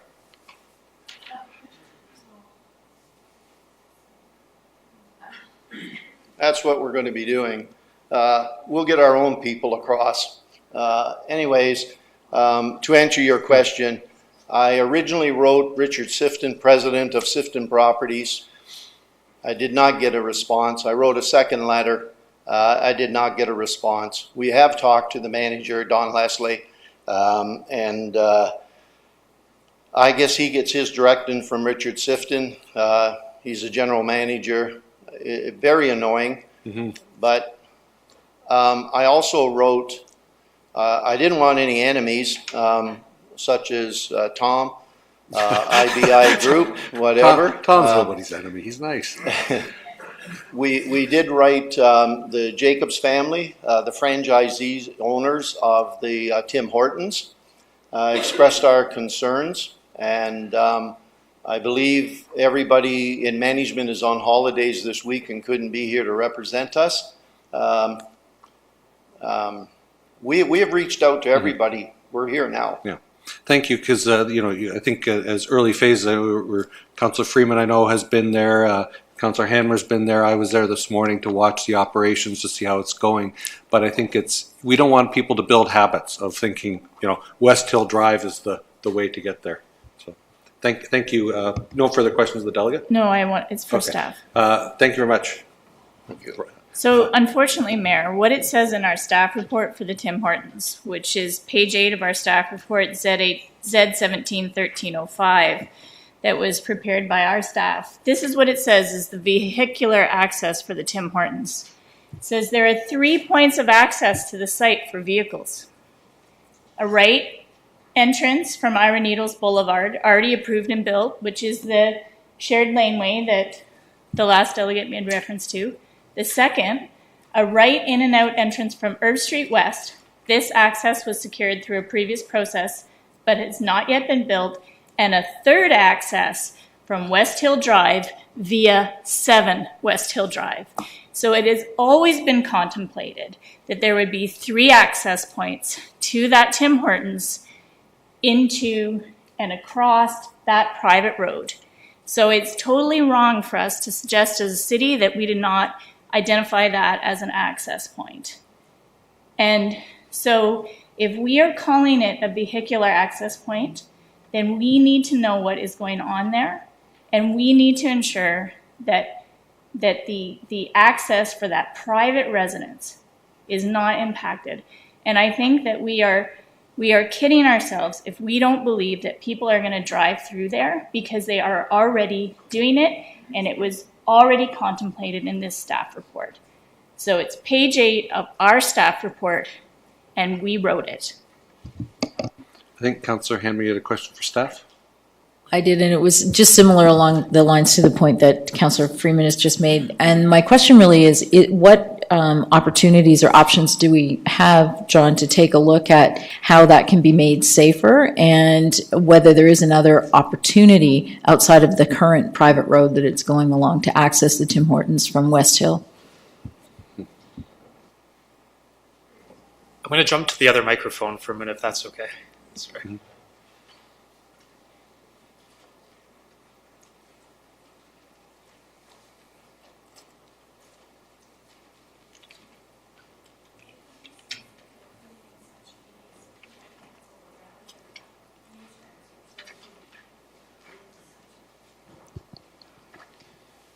So to answer your question, Councillor Hanmer, through you, Mayor Jaworski, this is a bigger version of the plan of the area showing the proposed development over on 63512 West Hill, but also looking at the Tim Hortons site plan that was approved and also the apartment building, looking at where the road connections go through. So hopefully it's helpful to see the image. We can have some discussions. So as noted in the staff report that Councillor Freeman had quoted, there are 3 entrances to the Tim Hortons property, one being through this portion of the property of 7 West Hill, one off of Herb, and then another one off of 25 West Hill, being through here, through 7, to get into the Tim Hortons. So those are the 3 entrances that were addressed, just to provide the visual. As this property continues to be used and as traffic continues or may continue to be an issue, the property owner, Sifton, and through discussions with the city as we identify issues as they start happening with accidents on Sunday, if that's already started happening, we can have those discussions with the property owner and say there's an issue. We need to work together to come up with a better option than what's currently there.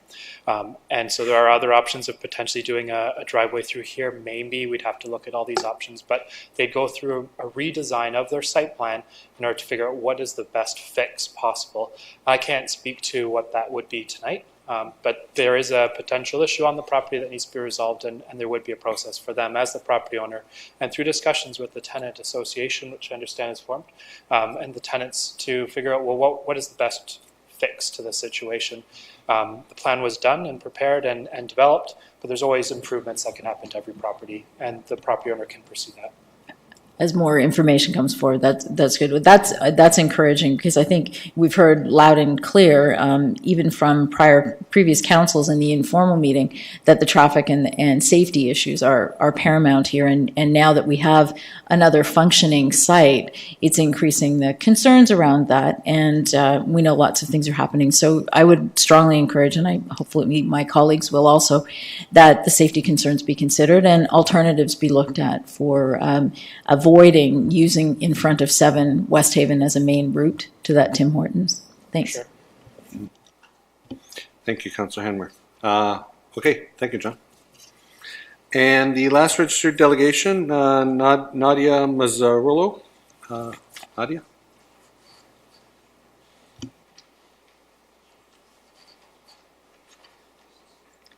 Mayor Jaworski, council members, thank you for having me today.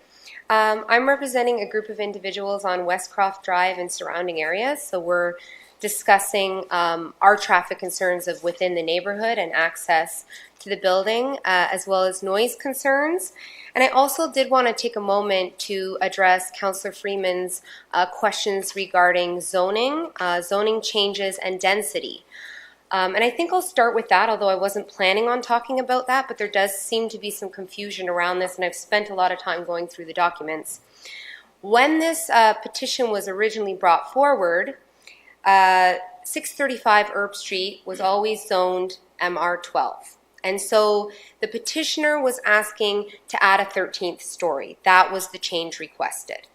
12 West Hill was wanting to be rezoned from single family, low density, to MR12 to match that portion of the land. Now the Tweed lands, which are the adjoining lands, which were not for sale at the time, but they were preparing to sell, are also zoned MR1. So what occurred throughout, neighborhood meeting, we had the owner of the Tweed lands there with a consultant to see what we were having issues with the other piece of land, but he did tell me they want to look for the most lucrative outcome for his land. So what can they build to get the most money back? That is, at the end of the day, what developers want. So it doesn't quite make sense that they're proposing a lower density than what's allowed on the land. So at the neighborhood meeting on February 28th, 2018, we're having this big discussion, and there was an aha moment where it was discussed that, and it was confirmed by John Voss, if council voted against rezoning 12 West Hill Drive from single-family residence to MR12, that the density would actually have to be decreased by approximately 1/3 based on the number of 300 units per hectare. And so, in essence, what they were asking to rezone that portion of land from or single family to MR12 was to actually increase the density allowed on that portion of land, which makes sense in line with developers' goals of making their investment worthwhile on that portion of land. What occurred in September 2018 is a zoning amendment that I'm still trying to understand, so any clarifications would be great. But what I understand from that is there is discussion about zoning the MR12 635 Herb Street to RMU 40, which allows a density of 600 units per hectare. But the issue is that actually isn't the land right now. It is MR12, because that is, as was mentioned over here earlier today, that if the MRU 40 was applied to 635 Herb Street, we would be allowed 600 units per hectare, and therefore we're falling well below the number of units per hectare. So that, I hope, helps clarify what us residents have been looking at as we walk through the process. Now, the language in the document provided today to Council, the Integrated Planning and Public Works document, uses a lot of language relating to the 600 units per hectare as being the standard for the land. Sorry? Sorry, bedrooms, yes, sorry, as opposed to the 300. So,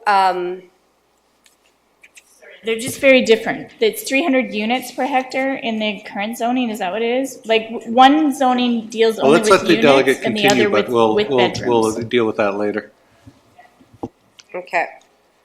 So any clarifications would be welcome, so we can go through that. That would be great.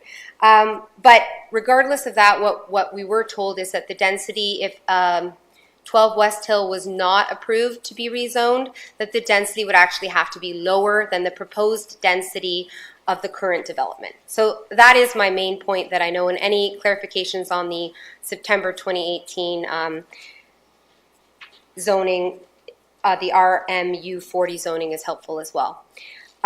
So that is that whole part that we're having trouble with, because what would the site plan have looked like had we kept existing zoning is what us residents are wondering, because we've just seen a whole site application based on rezoning when technically they can build 12, as was discussed earlier, a 12-story apartment building right along Herb Street. If you don't rezone 12 West Hill, then these residents will have less issues with traffic because the density would be therefore lower, and also you would also have some stacked condos that are allowed or terraced townhomes in the single-family zoning that's currently on 12 West Hill. They would also have some buffer between the apartment buildings, and that would also help them. So I'm thinking from the perspective of all of us residents in the area.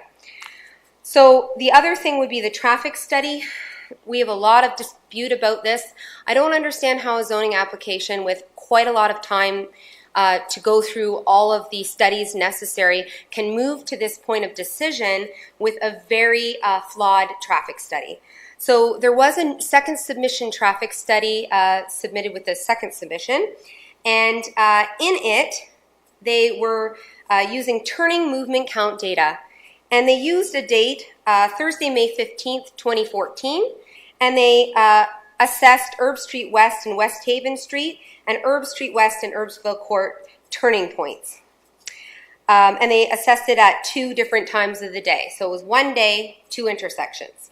And then they included in the study on what looks like Thursday, March 23rd, 2017, and they provided us data. Now, this is not accurate data. It is projected data, and they quoted, quote, due to the age of the data, a 4.4% growth rate obtained via AADT data provided by the region of Waterloo was used to determine the 2017 current volumes.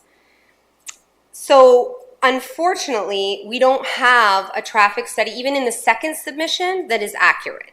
So that's very concerning for us residents. What's going to end up happening from our perspective is that when West Haven is joined up and everything is developed in that corridor, people will avoid the roundabout and cut through West Haven. Anyone moving towards the Costco. And I actually have a visual aid tonight where we already see this occurring, and this is without the apartment buildings and without Tim Hortons. So that is a concern. They'll also cut through Westcroft Drive to head out off Thorndale Drive towards Fisher Hallman. So there's going to be a lot of cut through a family neighborhood of detached dwellings with very many young families, children playing on the street, bus stop locations, so there's safety issues there, especially for West Haven at the other end of that where it's going to join together is a bus stop. So we're all concerned about the whole development and the scope of it and the effect on the adjoining land. So back in, I believe it was spring 2018, my husband and I were taking a walk to go out for dinner because we were going to take the car and we couldn't get through the roundabout, so we just decided to leave the car home and walk. And I thought it was hilarious, so because of the traffic and that we were beating the cars. So I made this video on his cell phone, never thinking I would present this to council. I did take out the volume because I made a lot of jokes in it. But I thought to myself, for those of you who don't live there and don't experience this on a daily basis, it is entertaining, the level of volume. And one more thing to note on the traffic is I did speak with William Gilbert from the region, who is currently implementing the Herb Street improvements that have already been okayed by the region. These Herb Street improvements do not, he said, take into account future development. So he kind of expressed that we're not necessarily putting a light in at West Haven. It's not in the plans. The 4-lane expansion is happening towards the Zares. But as you'll notice in my little video, we're already as expanded as the road is being proposed to be. And you will notice the traffic that we experience. What day did you say this was? Day of the week? Sorry, this was Saturday or Sunday? Oh. This was a Friday around 6:30 p.m. Thank you. 6 o'clock, 6:30 p.m. Yeah. So there is no volume. I might talk. So this is the corner entering in West Haven, and right there is proposed an entrance to the apartment buildings. It will be shaky because I wasn't expecting to make a professional video. So you'll notice the backup of traffic, and I made a vehicle point, and we were trying to see who gets to the roundabout first. Of course we did. And I also noticed the UE problem happening already, where they're sneaking through our street. I froze it here. They're sneaking through our street to get around this roundabout. And this is without the Tim Hortons. We will move ahead, and you'll notice there's no Tim Hortons. And there's also traffic coming in the other direction, and that is also the direction cars will be coming in and out of West Hill. So now just put the Tim Hortons roundabout there at this time of day and explain to me how an apartment building with this density, and this is the traffic we're dealing with, and they're supposed to turn in and out of here. And I'm not really sure how all of that is supposed to take place. So on behalf of residents, we just ask you to really carefully consider this application. I realize there's a lot of requests for holdings, but I personally, and I speak on behalf of many residents, we don't feel like enough formal studies were done to take into account these issues that we've mentioned. And I don't understand how putting holdings on land is actually addressing all of the concerns, whereas we could see a different site proposal theoretically based on current zoning. The last point that was mentioned is a question for council is and for the developers, is what are we thinking of in terms of sustainability, and has geothermal been considered? This would eliminate cooling towers off the roof, reduce the height by about 20 feet. It would also reduce water consumption by over 2 million liters per year. And there is an example of this being successfully done by Momentum Development at 120 Victoria on their condo, and there's nothing on their roof. This would also help address the concerns of noise that us residents are going to face. The acoustical report did say it will exceed the decibels, 65 decibels for daytime, and the 60 decibels for nighttime, based on traffic alone, not based on development. So there are a lot of issues with this development that we hope that you're considering. Thank you. Thank you, Nada, and thank you for the great visuals. I might ask, after we're done questions for the delegate, I might ask John to just explain RMU 40, thank you, and MR 12, and units and bedrooms and that Yes. to the audience and do that slowly for all of us? Yes. After that. Question of the delegate currently. Councillor. Oh, okay. Question of the delegate. Councillor Hammer. Thank you. Nadia, thank you for coming on behalf of the residents and raising the concerns. There's similar ones that we've been hearing, and I too appreciated the visual. I've been caught in that long traffic line. You've heard the presentations tonight, so I'll ask a similar question I asked Mr. Wilhelm. There are concerns around the noise, there are concerns around the traffic study needing to be done again, and we do want to have those done before everything is fully released. How does that sit with you, that it will be re-looked at again, recognizing that it's old data that we've been privy to at this stage? Right. So I think what I'm wondering is, is council proposing to approve the site plan with all of these flaws and holes in the studies and place holdings on it? So that's my one question. The other question I had is, in the original application, the developer was requesting a 2-year variance from the time of zoning approval, and these can be variances in site plan, variances in what we see here. So I'm also wondering, if you approve it today, how much variance can happen in the overall site plan moving forward. And then the last thing I felt like wasn't really addressed, even if you put holdings on, was in our informal neighborhood meeting, where it was confirmed that if 12 West Hill was not rezoned, that we would have lower density allowed on the land. So that was a fact that was stated to all of us in attendance at that meeting. Okay, so I'll handle the first one. Council won't be debating this until after we've heard all the delegations, so we don't express an opinion before that. Do you remember the rest of the questions? All of those really are questions that perhaps in the direction that you gave to Mr. Voss, he will be able to address. Yeah. Okay. Question of the delegate? Okay. Okay. Further question of the delegate? Seeing none. Thank you very much. Thanks for the visuals. That was very much appreciated. And maybe, John, you're welcome to sit down now. Thank you, Nadia. Thank you, Mayor Jaworski and Council. Yeah. And John, do you want to do an overview of the RMU versus MR12, 12 stories versus 40 meters, units versus bedrooms? I'm not sure if there was a slide that covered that. We get confused by it all the time as well, because it's a bit of a transition thing. And it's important for everybody to listen carefully, because there's the lingo changes through. Okay, exactly. Zoning bylaw 1418 measures density as units per hectare. The MR12 zone permits a density of 200 units per hectare. Okay. The SR1 zone, I don't have that information in front of me, but I know within the designation it permits 150 units per hectare in the official plan. The SR1 zone will be somewhere in that range, but a bit less perhaps. So the 1418 zoning bylaw, where the application was applied for, the MR zone permits 200 units per hectare. The proposal comes in at 187 units per hectare. So the current proposal is lower than the density that would be permitted if the entire property was zoned MR12.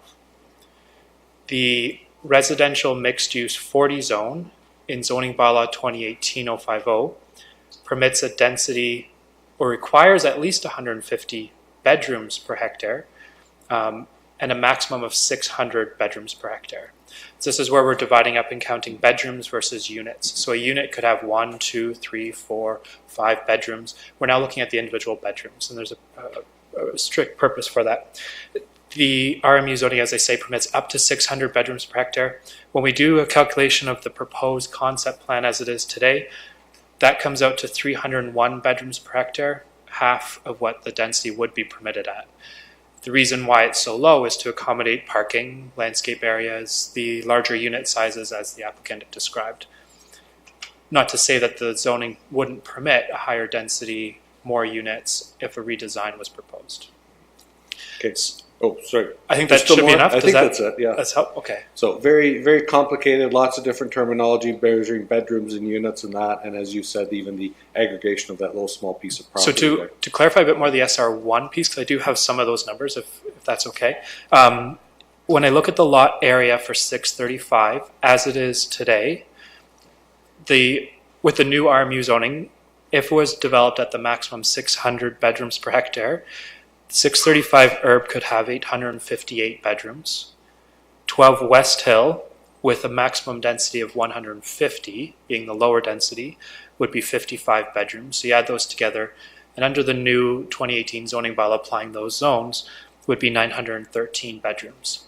By zoning 12 West Hill as the RMU 40, increasing it to that maximum 600 bedrooms per hectare, it adds in about 160 more bedrooms for a total of 1,079 bedrooms. So going from 913 to 1,079. So it's a small increase, but it is an increase that will have some impact. Okay. Questions of staff? Councillor Freeman. But just for clarity, even if 12 West Hill was not rezoned, this application, even with the two properties, is only at 300 beds per hectare, whereas without the rezoning, it could have been as high as 913. Almost. It's 300. So the exact number of bedrooms proposed is 541 bedrooms. Oh, 541, okay. The density, once you multiply it out by the lot area, comes out to about 300. Okay. Units. So, but it's substantially lower than the density that would be allowed even if we did not rezone 12 West Hill. Correct. Okay, all right. So I hope that makes sense, because the difference is the notion of counting beds per hectare versus units per hectare. And so will it look like we took this big jump from a lower unit per hectare number to this other number? They're counting different things.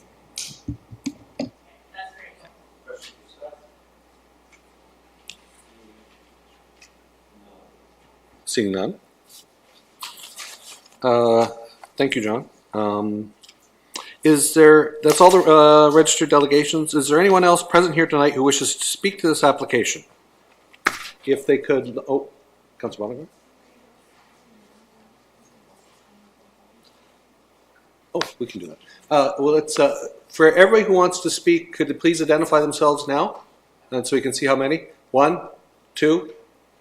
Last call for speakers. Oh, who's already spoken?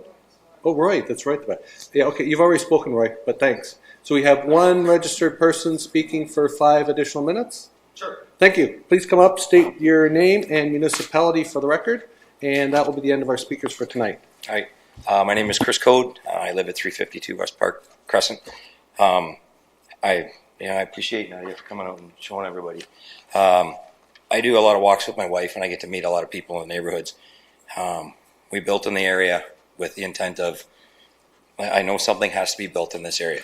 I noticed all the diagrams and stuff. One of the things that bothers me the most is we get to see all these pictures and everything, yet the road that West Haven follows all the way through, with her video in mind, when West Haven is connected, that becomes a raceway through there. And people, when you see the traffic as it builds up further down, if you follow that Herb Street back towards there's Beechwood, the next inlet is West Hill, I believe. People stop there now, hit the lights, turn left, and cut through West Vale. So we are flooding, and I get that Ironitos was built to reduce the flow of traffic on Fisher Hallman. We're putting it all back to everybody's cruising Fisher Hallman, coming up through Thorndale. Thorndale's becoming a raceway through our poor neighborhood. When you go for a walk, it's amazing. We spend an hour every night going for a walk, and we giggle through our walk going zoom, and you know that person's not living in our neighborhood. They're heading the fastest route through because of construction or the backups and stuff like that. It's disheartening when you build something like that, and everybody says, you listen to the TV and it's the most important, biggest purchase of your life, and all I want to do is be able to have a say in saying, I get the point that these guys, everybody wants to build something, have something there. I just didn't expect that, and I'm more concerned for kids, the school. You're going to put that many units in? Are our schools capable of handling it? I mean, our schools in the area already have portables. The high school over the street's having a hard time. They got portables. We're going to slam in that many more units, and people designated, hopefully they buy these places and then go to work in the new area that's being built up in behind Costco. That's fantastic. I've been there for 11 years already. I hop in my car and I drive to the University of Waterloo, ride my bike, whatever it takes. It's faster now. I might as well ride my bike. Yeah, downhill. It's not fun. It's all downhill in the morning, but it's uphill coming home at night. But it's you know, my wife always tells me to be quiet. It gets frustrating because I don't know a lot of the jargon, the MR2, MR whatever. It sounds like a car as far as I'm concerned. I just see, I go to bed every night and I gripe about it on the walk every time, drive her bananas. And I'm told there will be something built there. I'd like to be able to have a bit of a say in it, saying, listen, I know you guys want to do this, but let's make it nice. Let's make it safe. I mean, the Tim Hortons on the corner, I've tried to not go there. I went. I feel for these guys because I drove 2 different ways in there, and I thought, I'll just scoot up to Tim Hortons. I did the roundabout twice because I couldn't find the way to get in because it's just not there. And the U-turns and stuff, that accident is number one of that's probably one of the worst intersections in KW at this point. It's going to get worse before it's going to get better. That's all I have to say. I don't know. Sorry, thank you. Very good. Point well taken. I think that is something I think all of us have seen here tonight. There's not just, although we're talking about the traffic of this property per se tonight, I think we've seen the future infiltrations, like when West Haven is connected like 10 years hence or whatever, but future issues, and certainly the roundabout is an issue. Hopefully the Platinum Drive, which will take the Columbia traffic out past Costco, will alleviate that. Right. But there's no doubt we're undergoing growth. We have issues on the only other thing is when they do build something and they build the parking garages and all that, I love the idea of underground. I think it's fantastic. We won't see the cars that are there. Our entire neighborhood, you start counting cars, we don't have 250 cars in our whole Westville area. You put those things in there and we're going to have that many in a 365, what is it, 635, whatever. We're going to have that many cars right there, 25 feet in, deciding that in the morning when they get up, are they going to go left or right? If you're not going into KW or into Waterloo up Herb Street, you're going through the neighborhood then. All those cars will come in off of Herb and then down through the neighborhood. Points well taken, for sure. Thank you. We do have to deal with all the zoning that has happened since 1978, however, so those are the cards we're dealt here today. There are no more delegations.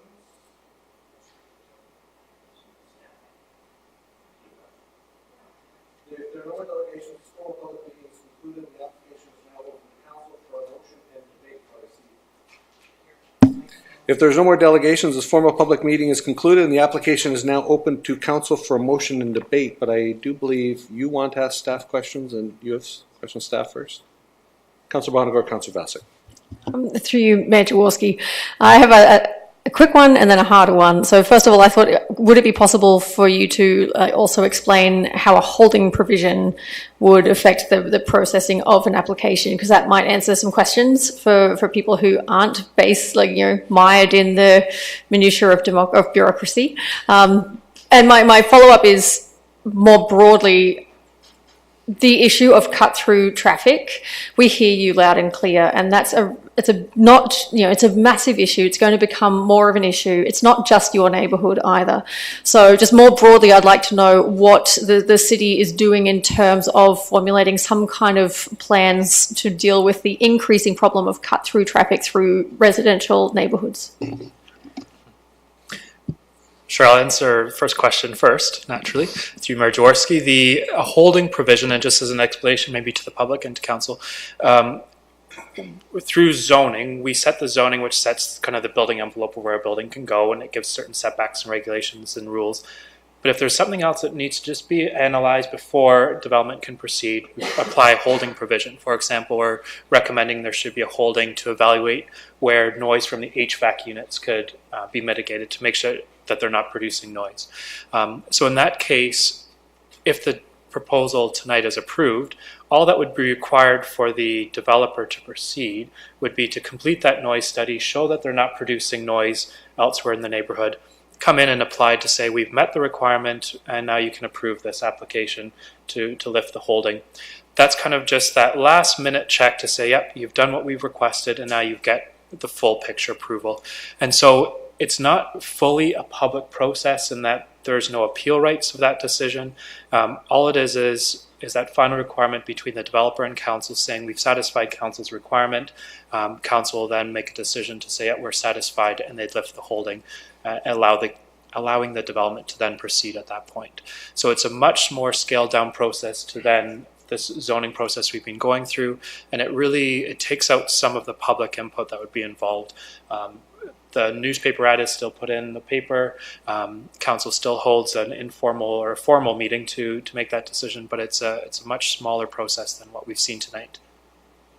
And I guess it's more of a technical process. For those of you who've been here all night, the one just before this was a formal public meeting removing a holding provision where they've met the technical standards that we've set in whatever it was.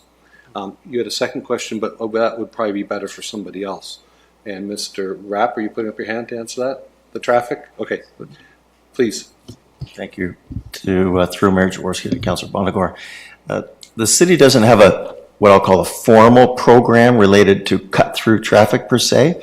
What we do tend to rely on is where a neighborhood reaches through their councillor or directly to our transportation director about traffic calming. And generally that's the symptom that comes through as to just the volume and the speed of traffic, regardless of where the source might be. So that's when we typically do one traffic calming measure per year within the city. We will see through the transportation, the updated transportation master plan, if there's other suggestions about more of them. We did have monies for probably 2 a year previously, but we found we couldn't actually implement 2 a year because they are very divisive within a neighborhood of the strategies of whether it's speed humps, turning circles, a number of different things. So we could really only pull off 1 a year. That might not be exactly what you're looking for, but we don't have the formal process of cut through. It's more about traffic calming as opposed to who is driving on the roads. We might be able to get into traffic plate identification. It's depending on how you use it and how long you keep the data for to determine how much is flow through really. You can get the raw data based on the traffic studies that say how many left turns, right turns, but you still really don't know which cars are actually turning off as to whether they're local or cut through.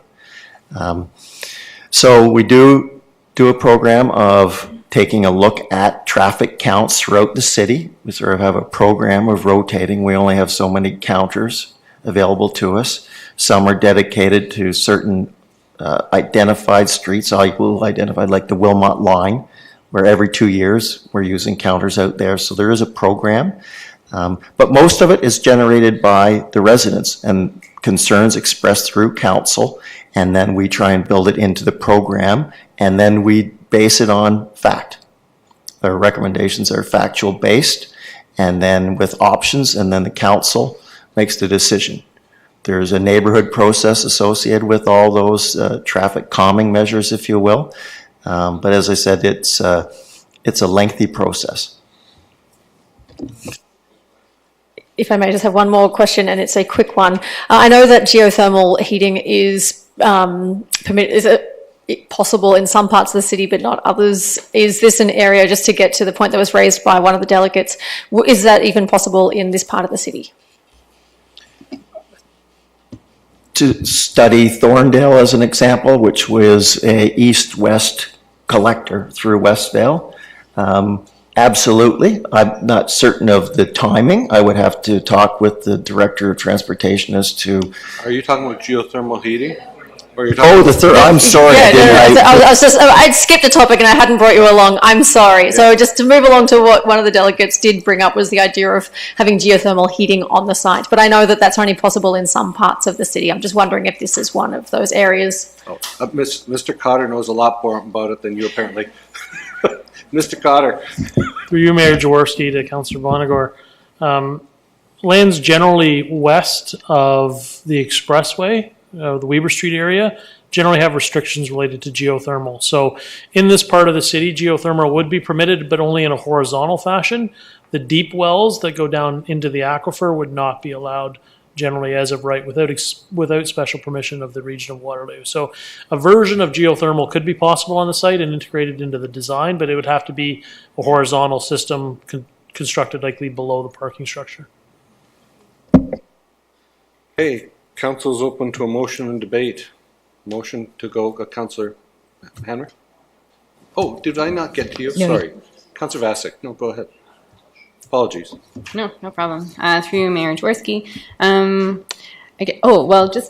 that the transportation master plan has been plugged 2 times, I'll tell you where to go to fill in your thoughts. It's engagewr.ca, where you can capture, there's a map, you can put like some of the problem points as of right now and have some comments. So in case you want to have another avenue to have your say more broadly beyond this development too.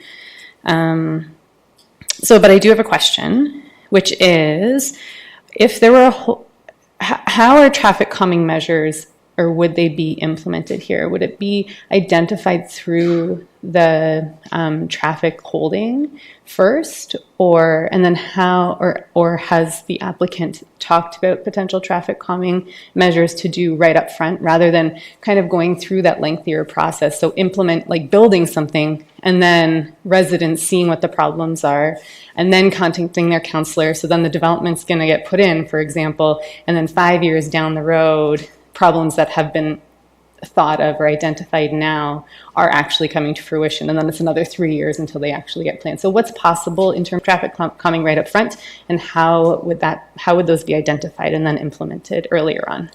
Sure. Through Mayor Jaworski, the traffic calming issue is something that happens on a bigger scale. When we're looking at this development, if through a holding, the council requires that there be a traffic study. That study would look at the intersections to say whether they should be signalized intersections, and potentially they may be able to explore those options of traffic calming. But the traffic calming thing is bigger than just this development. When we're looking at this development, though, because there's those 2 connections, one onto West Haven and one onto West Hill, there will be a potential for traffic to cut through this site. And so through site plan, we can explore options for how do we reduce that likelihood of this site becoming a traffic thoroughfare, similar to what's happening on the adjacent properties at West Hill. And so when we're looking at the individual site, there's some potential. On the bigger picture, it's hard to say exactly what the results of the traffic study would be in terms of recommendations for the traffic calming, as councillors, Mr. Rapp has explained. That's a bigger conversation that requires a lot of consultation and process through that. Okay. Now, Councillor Bodley had a question. Are you doing a motion or question? Comment. It follows, thank you, through you, it follows along Councillor Vasek's question, and I think more a comment really to Mr. Voss. You've heard a lot about the concerns of the traffic in not just the development, but the impact on the Westville area and the Westville neighborhood, and we certainly have had calming studies done in there, and speeding through that area is a problem right at the moment, and the residents have been very much on top of that. So I'm hoping that you're taking the comments that you're hearing as being something that is discussed in quite extensive detail during the site planning process, that whatever measures are possible to do are done as we're building it. So I think that would be a good direction. Thank you. Councillor Bodley, please. Question. Through you, Mayor Jaworski. Everybody's kind of highlighted all the traffic issues, and I have similar concerns, I guess. I guess my question for staff is, was it considered access off of Herb Street? And if access off of Herb Street was considered, why was it ultimately not decided to go that route? That's my first question. Through Mayor Jaworski, the idea or the potential of having an access onto Herb Street was discussed a couple of times with the region, and for various reasons, the answer was no. That's not an option that they would support. One was supported on the Tim Hortons property, and I wasn't part of that discussion and that development. But in this case, they've looked at it and they said no, traffic should be directed to local streets, which is what the proposal is, and that's consistent with our official plan, which again directs traffic to local streets, which those streets would then direct traffic onto the arterial road. Okay. So the region is essentially saying they would not provide access onto Herb Street from this site? That's correct. So my second question is, and perhaps this is this is more appropriate through site plan. I'm willing to have you mention that to me if that is true. But the access point off West Hill Drive, is there any possibility for that access off West Hill Drive to only go south on West Hill Drive and prevent right-hand turns towards the cul-de-sac? Through Mayor Jaworski, that is something that can be implemented through the site plan, and that's something that, as we've heard the discussions tonight, will be looked at as we go forward in that. Yes. Thank you. Councillor Hammer. I would like to make a motion. Yeah, If let's we are ready do it. for that. Okay.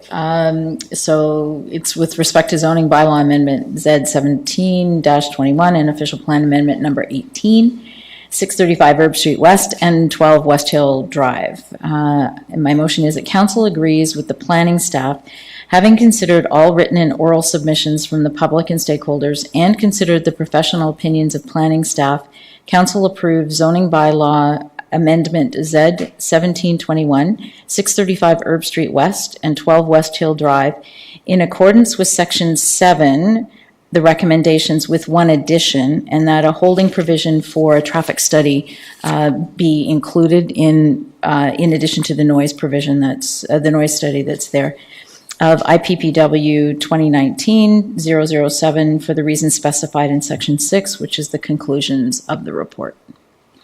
Just before we get a secondary, is that sufficient to capture the noise provision? And the traffic study. Provision? Oh, Mr. Cotter? Through you, Mayor Jaworski, that's sufficient. We'll modify the bylaw accordingly using standard wording that we use for such requirements. Okay, looking for a seconder? Seconded by Councillor Vasic. Okay, thank you. Do you have comments or you want to comment last? I'd like to comment last. Okay, commentary. Councillor Bodley, Councillor Freeman. Can I just, maybe this is part of the question or debate.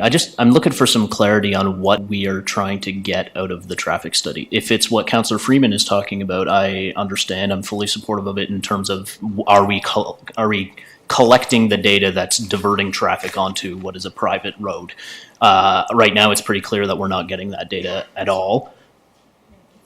So, but my second question is, and this will maybe serve as my comments as well too. I'm kind of fearful that we're accepting the remainder of the traffic data for, broadly speaking, the rest of the rest of the area. You know, I'm in Ward 2 in the Northwest End, and I think in some cases there's a if you build it, they will come element to this, because I have been advocating in my short tenure here on council for Erbsville Road to be widened north of Herb Street. You can see that the similar backup to the video that the delegate put forward on Erbsville Street at certain times of day, and the region currently only has Erbsville Road being widened between Herb Street and Columbia set for 2031. I can't possibly imagine that we can survive on Erbsville Road without that road being widened to 4 lanes before 2031. So, you know, I think there's if you build it, they will come element to this, that if this development is here, there's going to be more traffic, and at some point in time, the region's going to have to say this is a huge problem. But at the same time, I am also concerned that the traffic data that was utilized for the Tim Hortons and the approval of the Tim Hortons, which is predates me, I'm concerned that wasn't really capturing all of what was actually going to happen at this area. And I appreciate that all sorts of work is being done between the region and the city to widen Herb Street, to build Platinum Drive, to build the Collector Road, Bypass Road eventually from along the Hydro Corridor into the boardwalk. But I am very fearful that we're really not capturing the scope of the traffic data in general, not just to the private road. So I just looking for some clarification from the rest of council about what exactly we're asking for with this traffic study. So to John, what is the scope of our intent? What of what we're doing here in zoning? What is the nature of our traffic studies? Because I think that'll help scope it down. I think what you're asking for might be like the West Side traffic study that we implemented 3 years ago that Joel probably knows a lot about, rather than this is just for this site, I think we're talking about. So I'm going to ask John or Joel who wants to go first. Joel does. Through you, Mayor Jaworski, what I heard from council would be a holding provision applied requiring an updated transportation study prior to lifting of the holding symbol.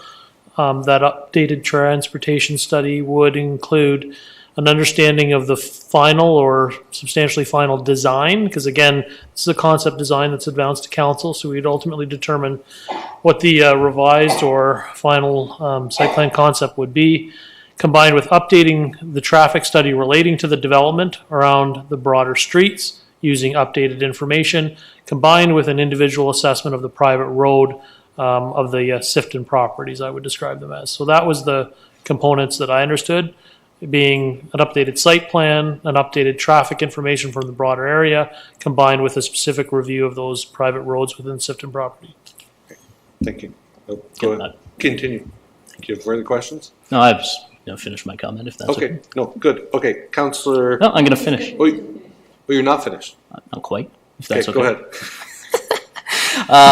So given that, I am supportive of the motion with the traffic study data. I mean, I'm very supportive of increasing density in this area of the city. Anytime that we're dealing with increased density, there are always going to be these challenges that we need to address, but I think it's important that we address them. And I feel like without having that traffic study done, I'm not sure that we're necessarily addressing that the challenges of the growth in this area of the city. But I mean, they're for all sorts of reasons, I'm very supportive of increased density on this site. The fact that it's very close to the Costco, the fact that it's close to the employment lands in my ward, the fact that it's so close to the boardwalk and other amenities, and it's on a main transit route is very appealing to me. I would like to see the traffic study done, and so I'm supportive of the motion, given that that we've put that holding provision on. Okay. Next up, I have Councillor Freeman. Thank you. Through Mayor Jaworski, I did have a question. Is the placement of a holding provision the right way to go, or is this traffic issue so concerning that we should actually be deferring this decision until we get this information? Who's that a question of? It's for Joel or Mr. Voss. Okay, let Joel take a stab. Through you, Mayor Jaworski, to Councillor Freeman. It's really a question for council, ultimately to decide your preference. Holding provisions are tools that are afforded under the Planning Act to require council where they believe the land use permissions are appropriate. So the general broader zoning is appropriate, but a technical requirement, whether it's a traffic study or a servicing issue or a noise issue, that technical requirement requires further review to council's ultimate satisfaction. Council has the authority not to lift the holding provision unless they're satisfied that that technical requirement is ultimately in place. So if council is satisfied that the broader land use framework is appropriate for this site, then a holding provision is an effective tool to use. Thank you. So as a follow-up, so I'm clear, once a holding provision is placed, it will come back to council to remove the holding provision. Is that correct? Through Mayor Jaworski, that's correct. The holding provision has to come back to council to council satisfaction prior to its removal. All right, that is incredibly helpful to me. Thank you. So I just wanted to make some commentary if I could. Sure. I think that Mr. Cotter is on the right page, and I just want to make sure that it's understood that when we say up-to-date traffic data, that it's revised counts, that it's not based on a forecast from 2014. And I thank the delegate for finding that in the report. I'm not a traffic engineer, and I do my best to scan these reports, but things get missed, and I think that was a very good catch. And I do think I think that you've got it right in terms of allocating the fact that we said in the zoning permissions for the Tim Hortons that access to the site through 7 West Hill is considered an access point. I think you have it right, Mr. Cotter, that we are looking for that to be considered as a potential thoroughfare into and across the corner and diverting or bypassing the roundabout. So I think that that's right in terms of what you said from a traffic perspective, and I'm just stating it back to make sure that I'm clear that that's what you mean when you say up-to-date data. Through you, Mayor Jaworski, to Councillor Freeman, we would use the most up-to-date data that's available. Traffic studies are typically done with a 10-year horizon, but they're based on the most recent counts that are available in the area. In some cases, the counts may be a year or two old, and then factors that are applied are industry-accepted approaches to applying adjustments to increase them up to relevant data. So you might have data that, for example, is done in 2018 with a factor to adjust to 2019 as an acceptable approach, and that's common through studies. So we'll go out and seek the most up-to-date information that we can find for the updated study. My biggest concern is that in 2018 there wasn't a Tim Hortons, and in 2019 there is. And that's why I just think that the counts physically have to be redone. Whether their data loggers go down or whether is GTEL, I'm not sure if that's the right company, whether they're out there counting. I don't know what that looks like, but I'm not going to be comfortable with anything that's forecasted prior to that drive-through nightmare that was approved. And I feel very strongly about that we have to very clearly understand how that property is impacting traffic patterns. Through Mayor Jaworski to Councillor Freeman, understood. Thank you. Yeah, so with that commentary, when I look at this application, I spent a lot of time looking at the zoning. And I do think that it is very confusing, this crossover in terms of counting units per hectare versus bedrooms per hectare, and the fact that we are in that gray zone between two bylaws right now, and that we have to basically create two different zoning pieces going forward until we know what the outcomes are of the appealed comprehensive. So I appreciated how you outlined that. And in terms of the perspective of the densities, it appears as though no matter which way you count it, it's substantially below the density that could have been requested for the site. I appreciate the fact that they've stepped back the tower, and I think, and I also like that there's a step back now to the houses, and I think that Councillor Bonagor's comments related to landscape treatment and something that is reflective of the low density residential that's across the street from a landscaping perspective. I hope that that's some direction that can be provided to site plan. And similarly, things like site lighting. So I don't know how much setback the ramp is to that parking garage, for example, and whether headlights coming up the garage can be managed in such a way so they're not directly shining either into the townhomes or the rear yards of the houses across the street. But I think that would be helpful. And when the traffic study comes back, because the comments from WACAT would have come after the other traffic study, it would be really helpful if some of the comments from the Active Transportation Committee could be considered. Because, I think that the video that we saw tonight is incredibly reflective of what all of us do see when we approach that intersection. I've approached that intersection on a bicycle. It's quite harrowing.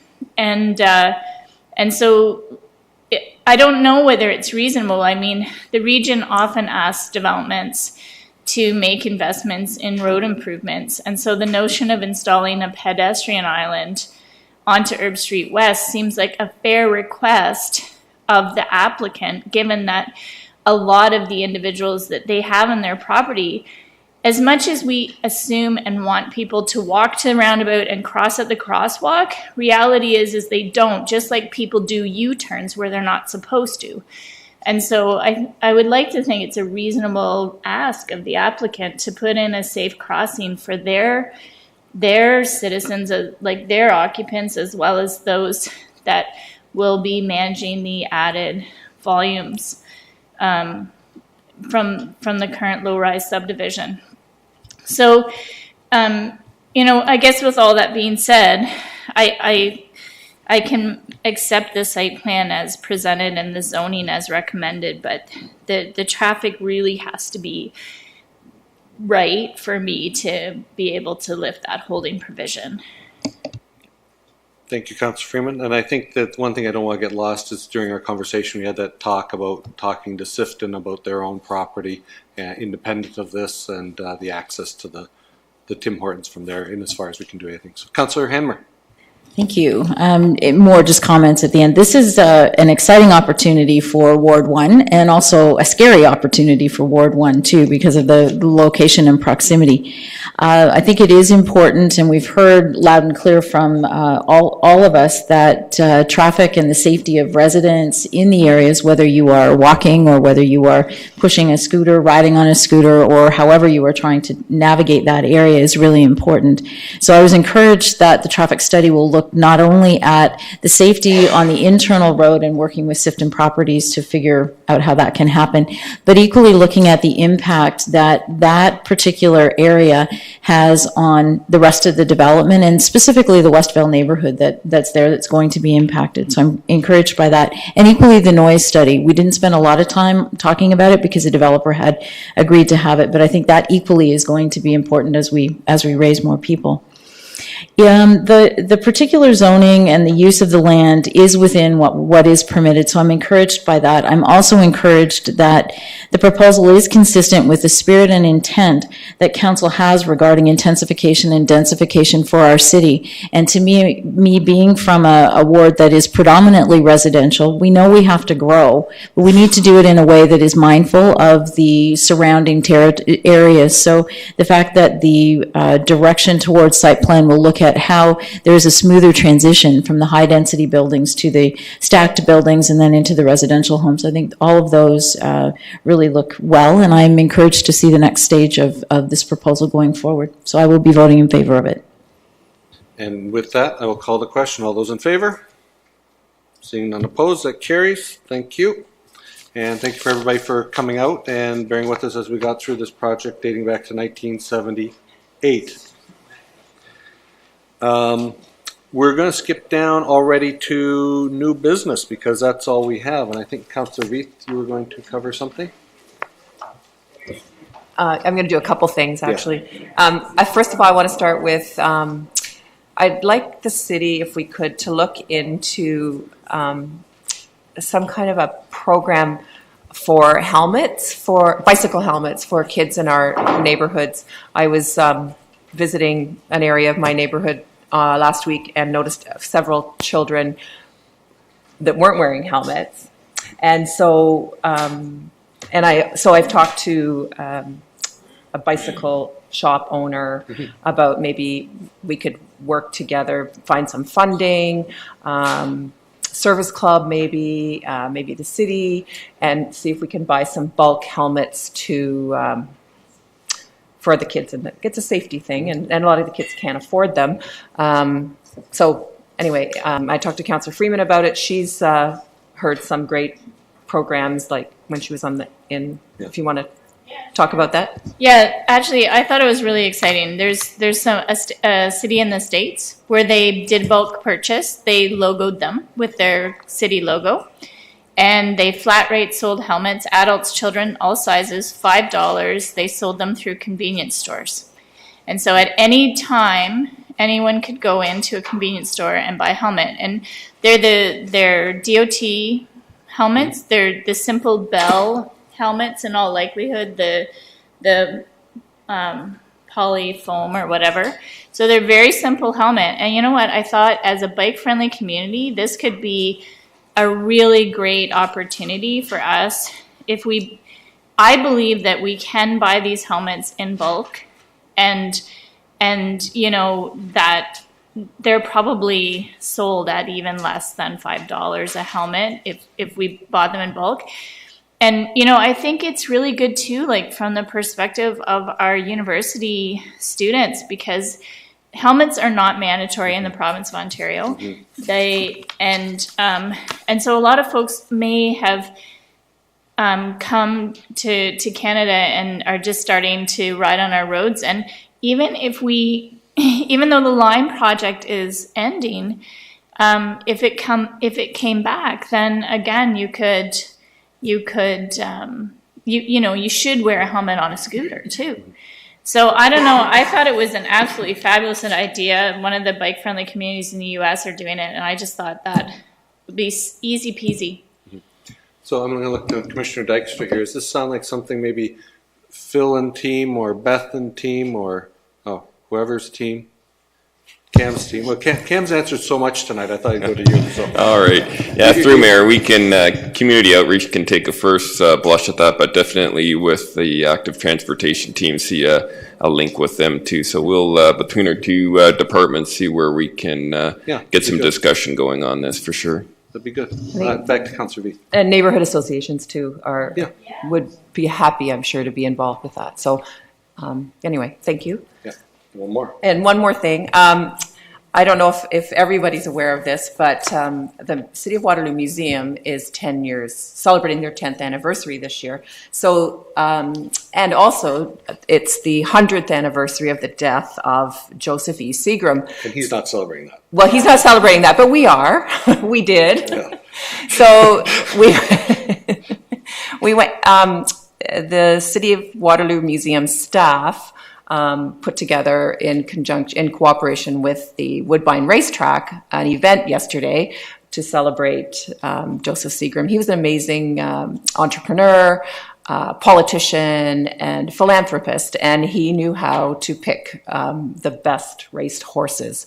So a bunch of folks went on a bus from here. We met with several members of the Seagram family at the racetrack. And one in particular was the last grandson, Edward, and his lovely wife.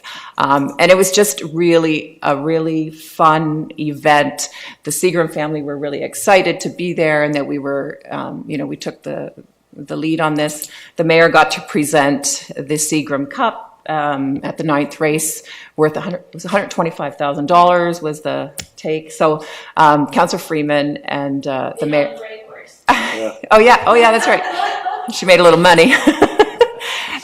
So Councillor Freeman and the mayor and I went, and several staff went down and had dinner and just celebrated this amazing man from our past here. So on that, I'd like to encourage those of you who are listening to get out to Conestoga Mall. That's where our museum is, near the food court. And there's an exhibit there right now at this time about Joseph E. Seagram. So anyway, and I want to thank Karen Vandenbrink and her staff did an amazing job of pulling this off. And it was just a really lovely day for the races and to celebrate. So thank you. They were so appreciative. Edward Seagram has never presented the Seagram Cup before until it was organized by our city team. So big shout out to the city team for that celebration. They were so appreciative. New business. Councillor Bonner, Councillor Freeman.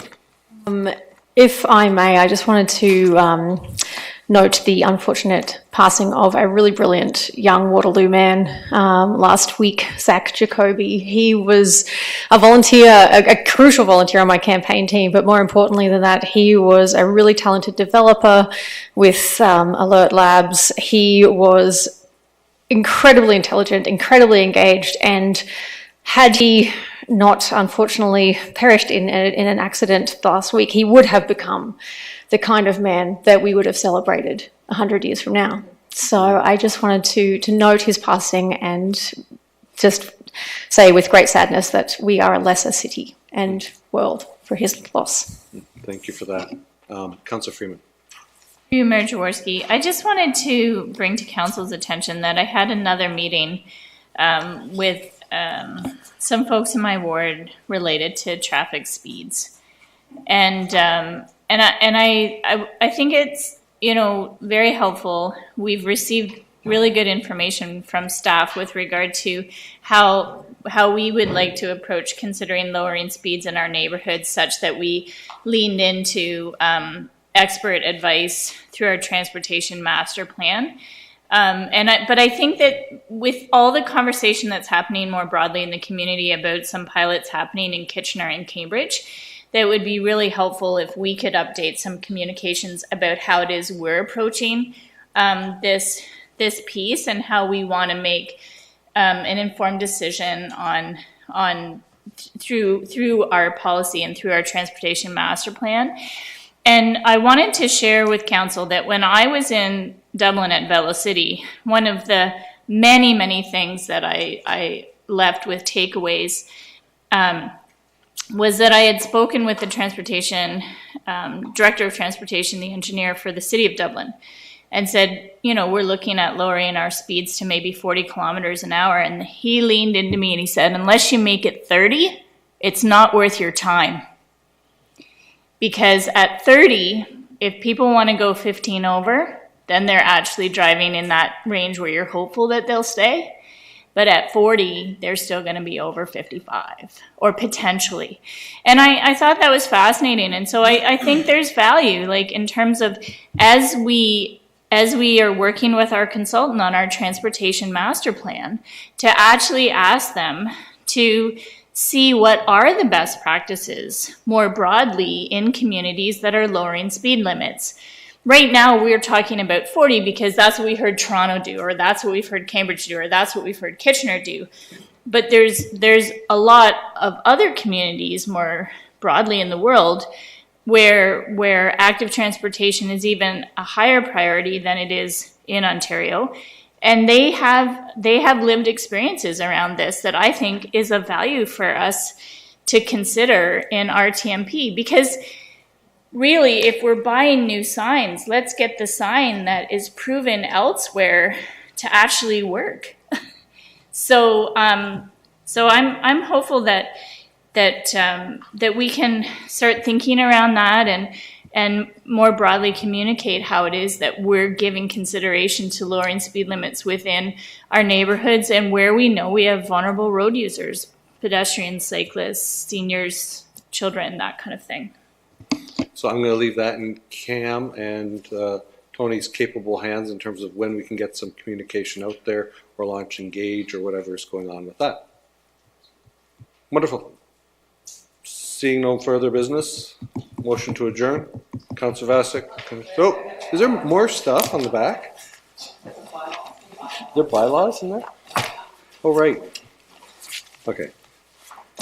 I don't have it with me. Motion on the bylaws?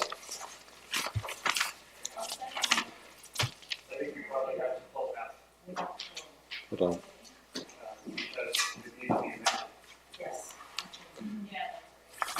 Oh, next page.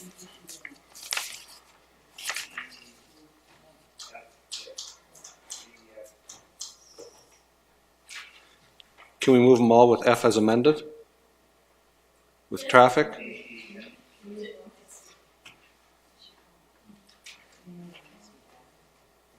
Oh, Joel, yes, please. Through Mayor Jaworski, we've drafted the bylaws. If they're moved by council prior to them being executed by the mayor and the clerk, we would update the wording relative to the additional holding provision. So I think you can pass them with the notation of the modification. We'll update the wording, and before the mayor and clerk execute them, you can be satisfied that the wording's been updated. We're good with that. Yes, through you to Mayor. Yes, we'll reflect that in recommendations of the change, the addition, and so we'll ensure that that's also changed in the bylaws before we sign them.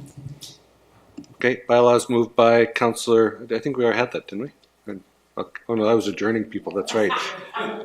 Councillor Hanmer, Councillor Vasek, all those in favor of the bylaws? Thank you. Motion to adjourn, Councillor Bodley, Councillor Vasek, we are adjourned.